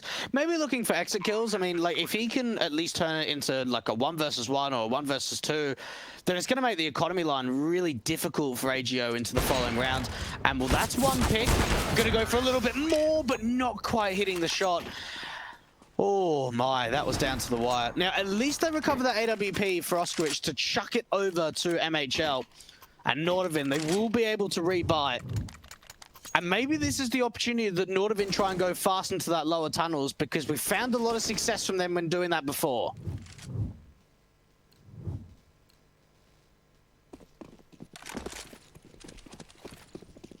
Pin again, looking for that first mid pick. Oh, MHL! Beautiful to the head of Kroman. You can sit down, son. Orb still in play for NATO Safix here as he tries to hold that mid presence. Harry's going to be ready towards short, seeing 2 heads pop out, gets no kills, no damage for his trouble. HS going to need some serious support, and he backs off from CT spawn. This is already a safe call for NORDAVIND as AGO try their best to hold their own and stay alive here for a 12th. We're always here for surprises in Malta Vibes. Just when you think that NORDAVIND are going to take us over the edge, it seems like there's a little bit of a comeback coming through for AGO. An instant save attempt for NORDAVIND before that bomb is even planted at the bomb site. And you've got to think, okay, 3 players staying alive, we can force an investment into the next round. But any less than that, we're in trouble. And well, Furlan, he's taken down HS. Oh, and he finishes up with Tensky. How are they all going down to Furlan? And he gets a drive-by kill as well. That's insane. 3 frags for the man. And yes, he may be on 11 total in this map so far, but those 3 kills are going to do so much. The economy of NORDAVIND is wrecked, losing all those picks in 1v1 phases in particular. But it all started with that kill from MHL, and it just crumbled from there. And of course, the USP's out. Furlan landing a first tag, first kill as well. Second pick on NATO Savage with a great orb sequence coming in from him, landing perfectly as all 5 stay alive. Clean up the round here from AGO. 2 orbs in play for this T-side cap. And NORDAVIND now up to a bye. I don't like this. If you half buy, I know you're playing for OT, but at least you get your orb out. You're going in to round 29, you've got no kits, you've got no incendiaries, and no AWP up for NATO Safix. I think this is a bit of a misread for NORDAVIND. If they would have half bought, they would have been able to get the rifles out. The AWP is the most important.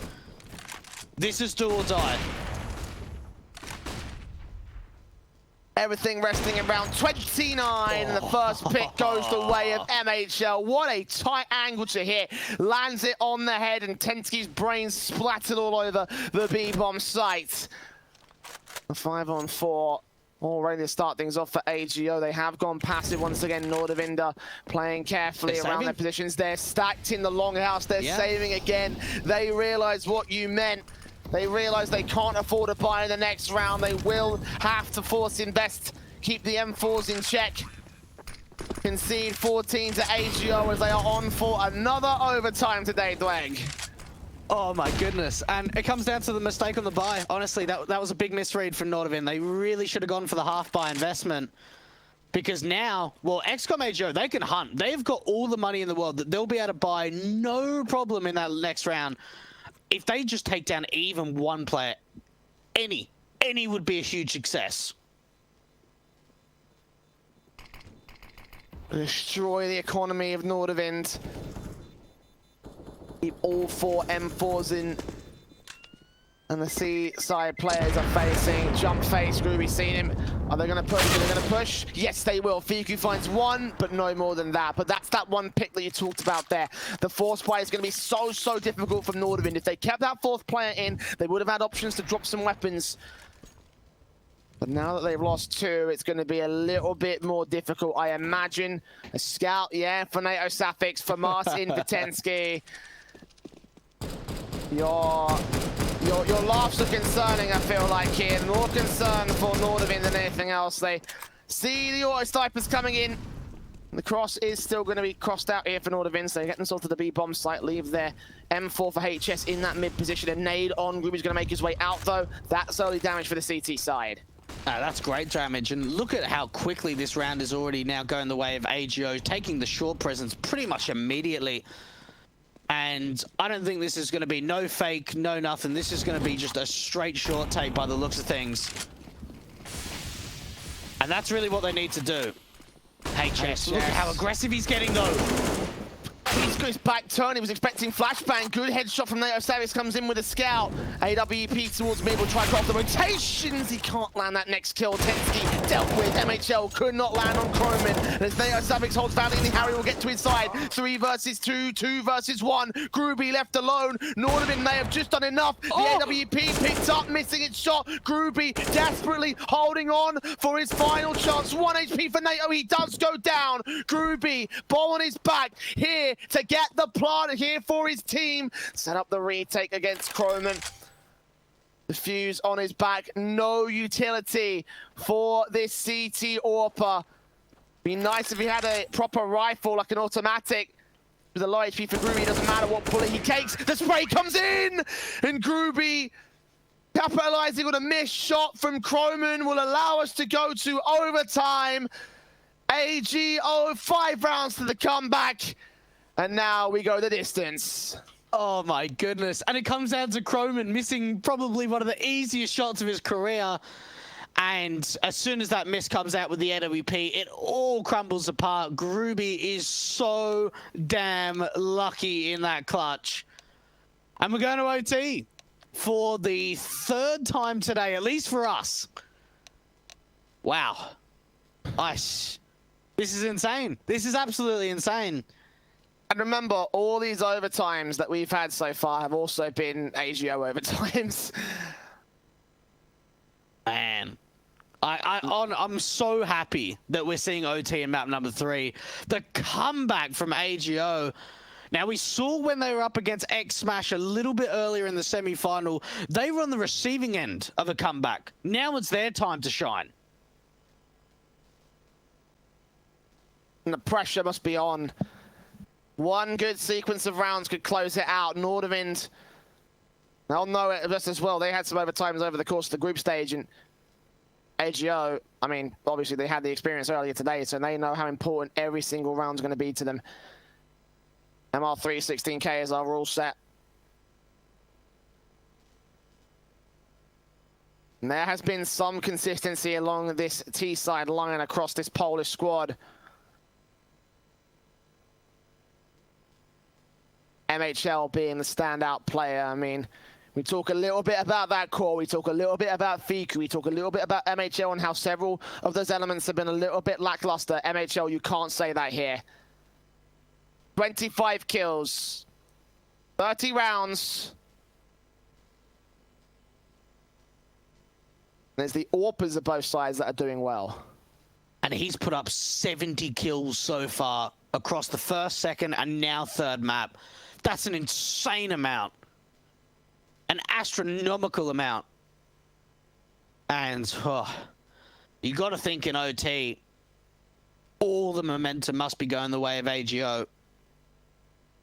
5 rounds in a row, they were looking so good, changing up the pace, taking the long control, trying to split, trying to slow it down. It was not the same. It was not consistent. They were continuously changing their T side. And for NORDAVIND, they weren't able to get a read onto the situation. Like Jay said, 16k MR3. Let's get the double AWPs out in CT.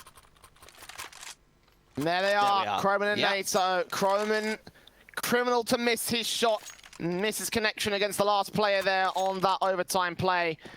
But now with his chance to redeem himself with the double up setup coming in, MHL straight up with the AWP. Seeing smokes down and just missing that first shot.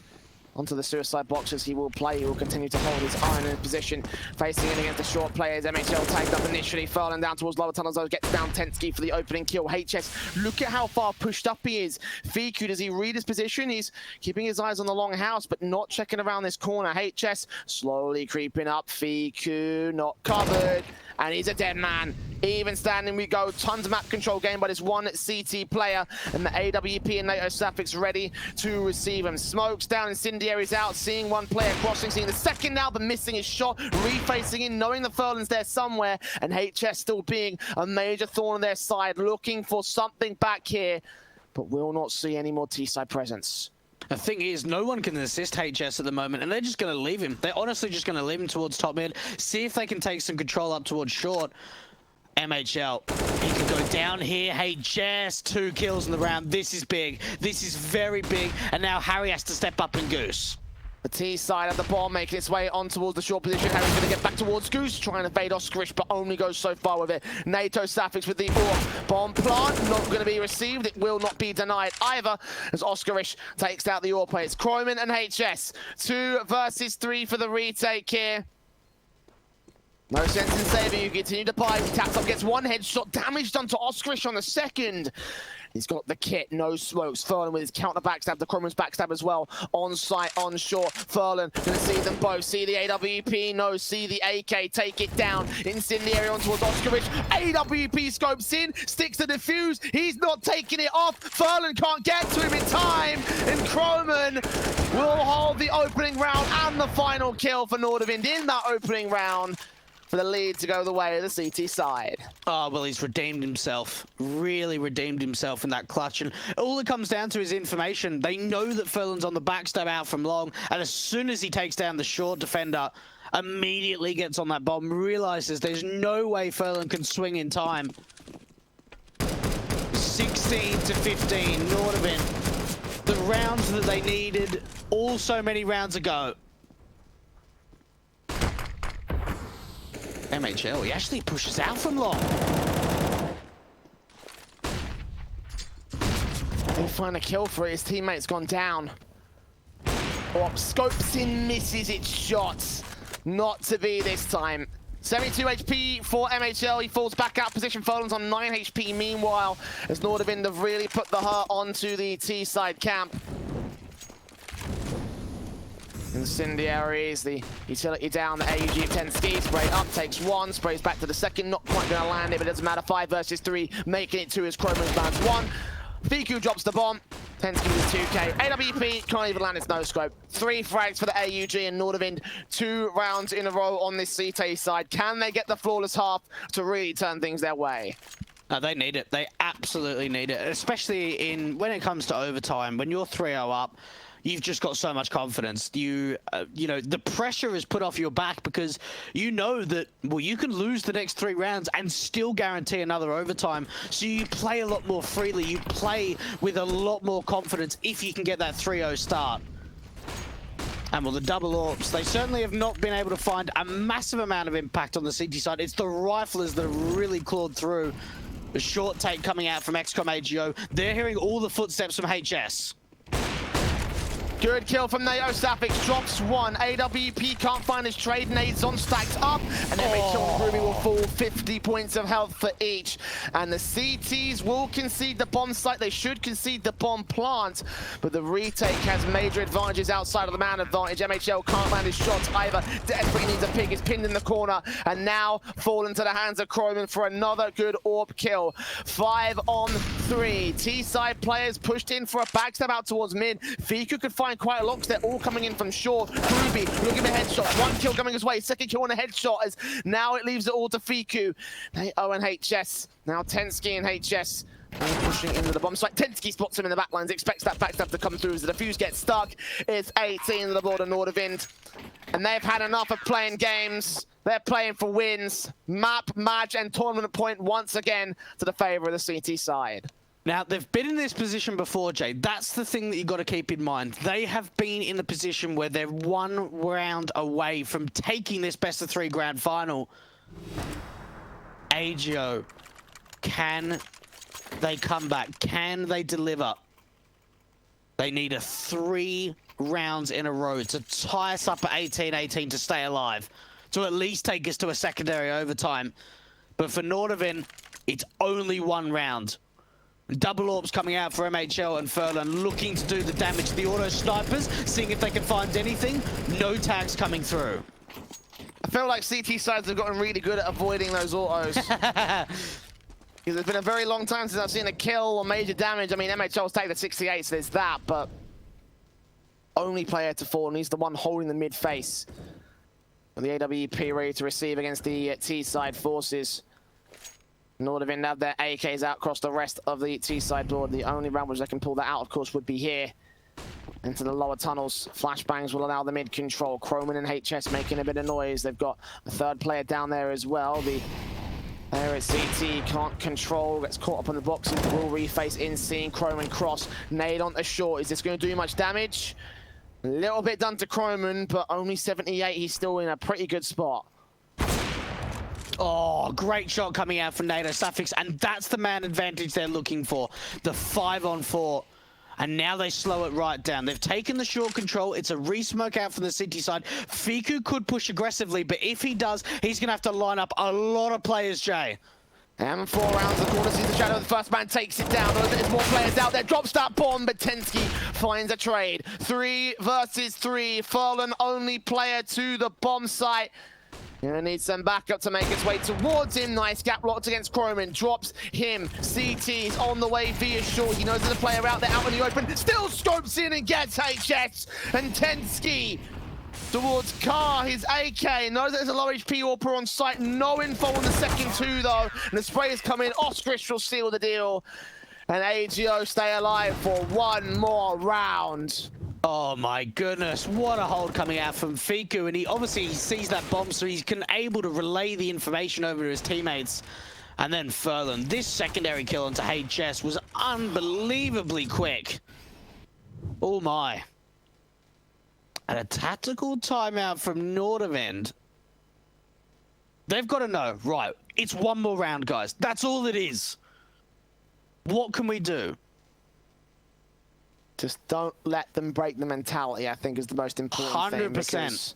Absolutely. You know, it's really easy to know that, hey, we had everything going our favor till we just got bottlenecked into that long house, you know, and you bottlenecked into that long house. That was the one thing that won the round there for AGO. If we were able to trade that cool, if we didn't play towards long, if we went towards short, if we went towards CT, we could have had a better round to our favor. You know, all these things got to be weighing on your mind. So first thing on that tactical is do not let that mentality weigh down. You've got 2 rounds to get just 1. All NORDAVIND need to do, score 1 good round, 1 good execution, 1 good bomb plant, 1 good team wipe. That's all you need. The damage has been done early this time, a lot more in terms of the HP numbers, but MHL will find that opening kill. Harry dead outside of the longhouse, and AGO 5-on-4 to their favor. This is a great advantage, a very great advantage coming out from AGO.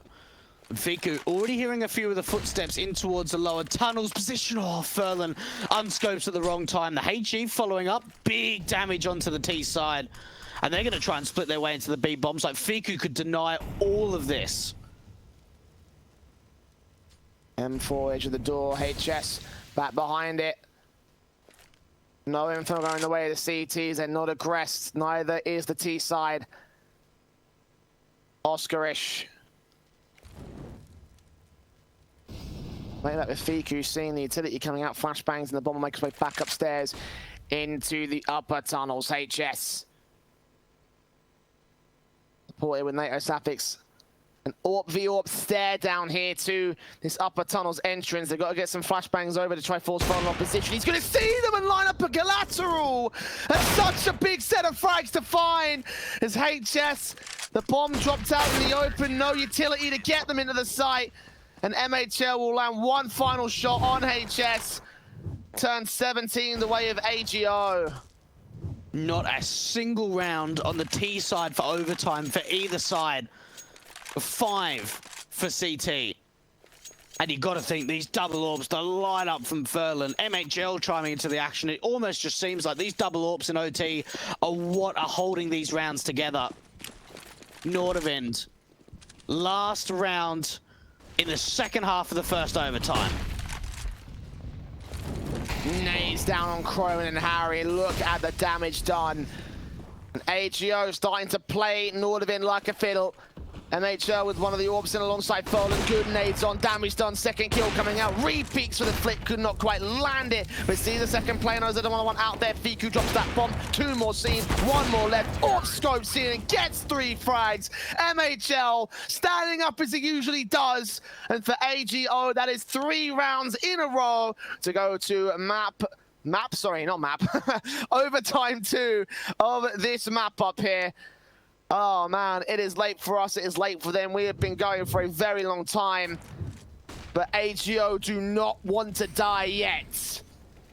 And I'm trying to figure this out. It's got to be nearly 4 hours for the semi-final, the second semi-final, and now the same coming forward for this matchup. It has been a drooling series. And for AGO, they have played 6 maps in a row. A lot of Counter-Strike, but they're still delivering. MHL still delivering. 30 kills. The first 30 bomb on Dust 2 so far. And really, it's kind of who comes down to winning the first T round. At this point, it's what it feels like.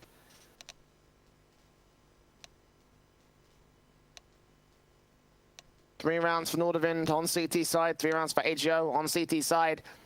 NORDAVIND can score 1 with AGO scoring 2, then surely that should signal the end, correct? That's what the logic states at the very least, based off the way that first OT went. Surely that must be what NORDAVIND are thinking right now. How do we get that 1 T round? How do we get that 1 execution? AWP for NATO, the AKs across the T side board. No auto sniper shenanigans this time. I mean, it wasn't really doing much for them, even though they were getting quite a fair amount of damage towards the end of that half. Smokes up, NATO not going to be able to line up a kill. Expecting there to be some lower tunnels presence, and that's where Tensky is going to keep his eyes on, carefully peeking in, but going quickly into the tunnels take. And NORDAVIND looking pretty quick, at least in the early establishment. And this could be a B take. Oscarish, he's going to have a big hold. He's so blind. Furlan's going to quick rotate in, but they can try and siphon him off the side, especially if they take down Oscarish. But that bomb is locked in the most awkward position, and Furlan keeps fragging. So does Fiku. A 2-on-4, and they need to try and pick up that bomb towards Car. Oscarish has gone down. Harry, not in the position he's in, will smoke the doors. Try to pick it up and get it planted, but Groovey's creeping in the back lines. This round is won. This is over. Furlan even lands a blind shot. HS got 1 versus 4 to deal with. It's not happening. And brilliant response from the AWP. Further players coming in to support. 19 to 18. AGO will have the lead above NORDAVIND again, drawing the first in the CT side. The double orbs coming back out for MHL and Furlan, as you would expect. The auto sniper's back in play for the T's. NORDAVIND just pulling out all the stops. It's getting desperate, I feel like, at this stage. Yeah, no, they certainly are. This is 4 rounds in a row from XCOM AGO. It was an 18 to 15 lead for NORDAVIND. And and we're going to have a round reset here. No, it seems like it's still live, Jay. Those ticks do sound like someone's asking for match medic, but yeah, that's what I thought. it looks like we're playing on here, so I'm not sure what the situation is, whether or not that was just a bot, a chat. I don't know what's going on there, but maybe we'll find out in a moment's time. But NATO towards mid, Fiku with the M4. Backed up on short, seeing that AWP. Scope in, he sees him, he gets the opening kill. Big start for NORDAVIND. 5-on-4 for the first time a T-side of this squad has been able to gain the opening kill here in OT. Now looking towards the B bomb site, they've only got one. They've got Oscarish here to defend against it. The smoke's out, flashes over, will draw two players out of mid. And looking towards the B defensive, Tensky gets Groovy meanwhile outside of the longhouse. 3 players left standing. This is going really well for NORDAVIND's default. They need to convert this. This is a 5-on-3 advantage. MHL is so blind as they look to try and go in and take some mid control. And a couple of AWP shots not quite connecting.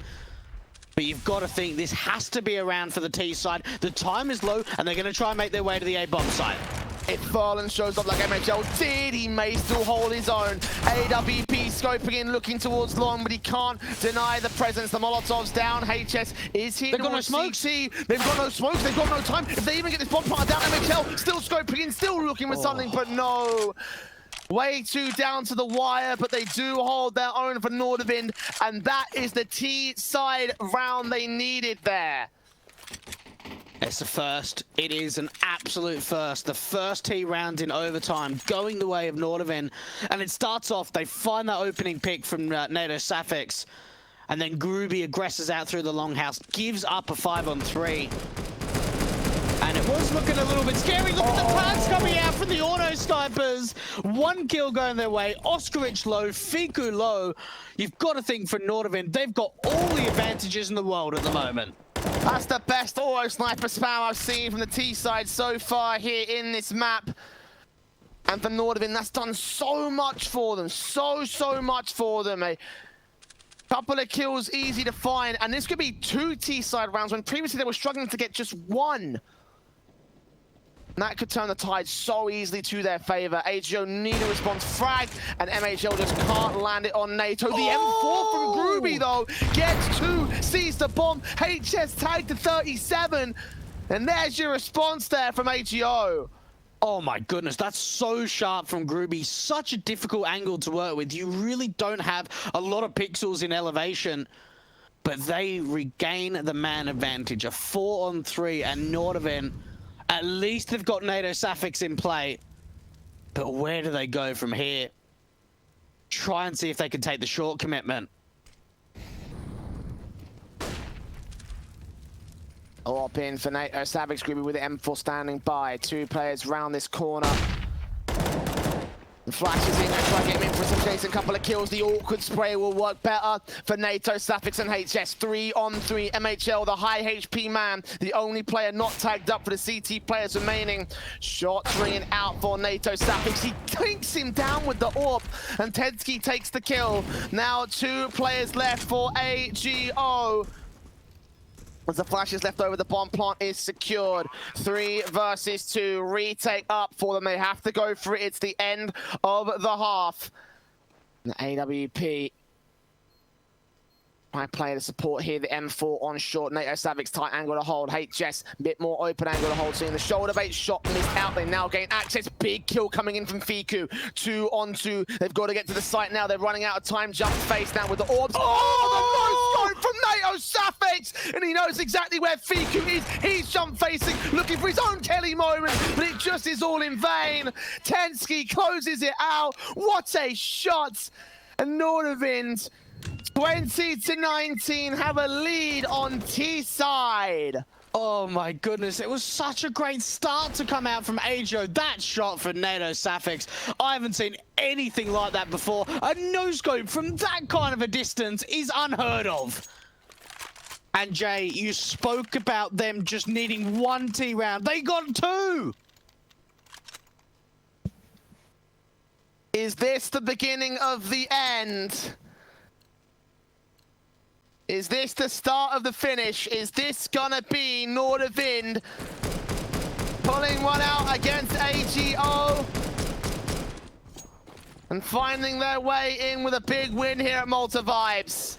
AWP's out, MHL will try and make his way up towards that mid position. The M4 of HS catches that first frag, transfer to Spike. He knows exactly where Oskarish is and swings out the other side of the smoke to double up on his kill count. 5 versus 3. Furlan can respond on Tensky. B site is starting to open, but Croman is still here.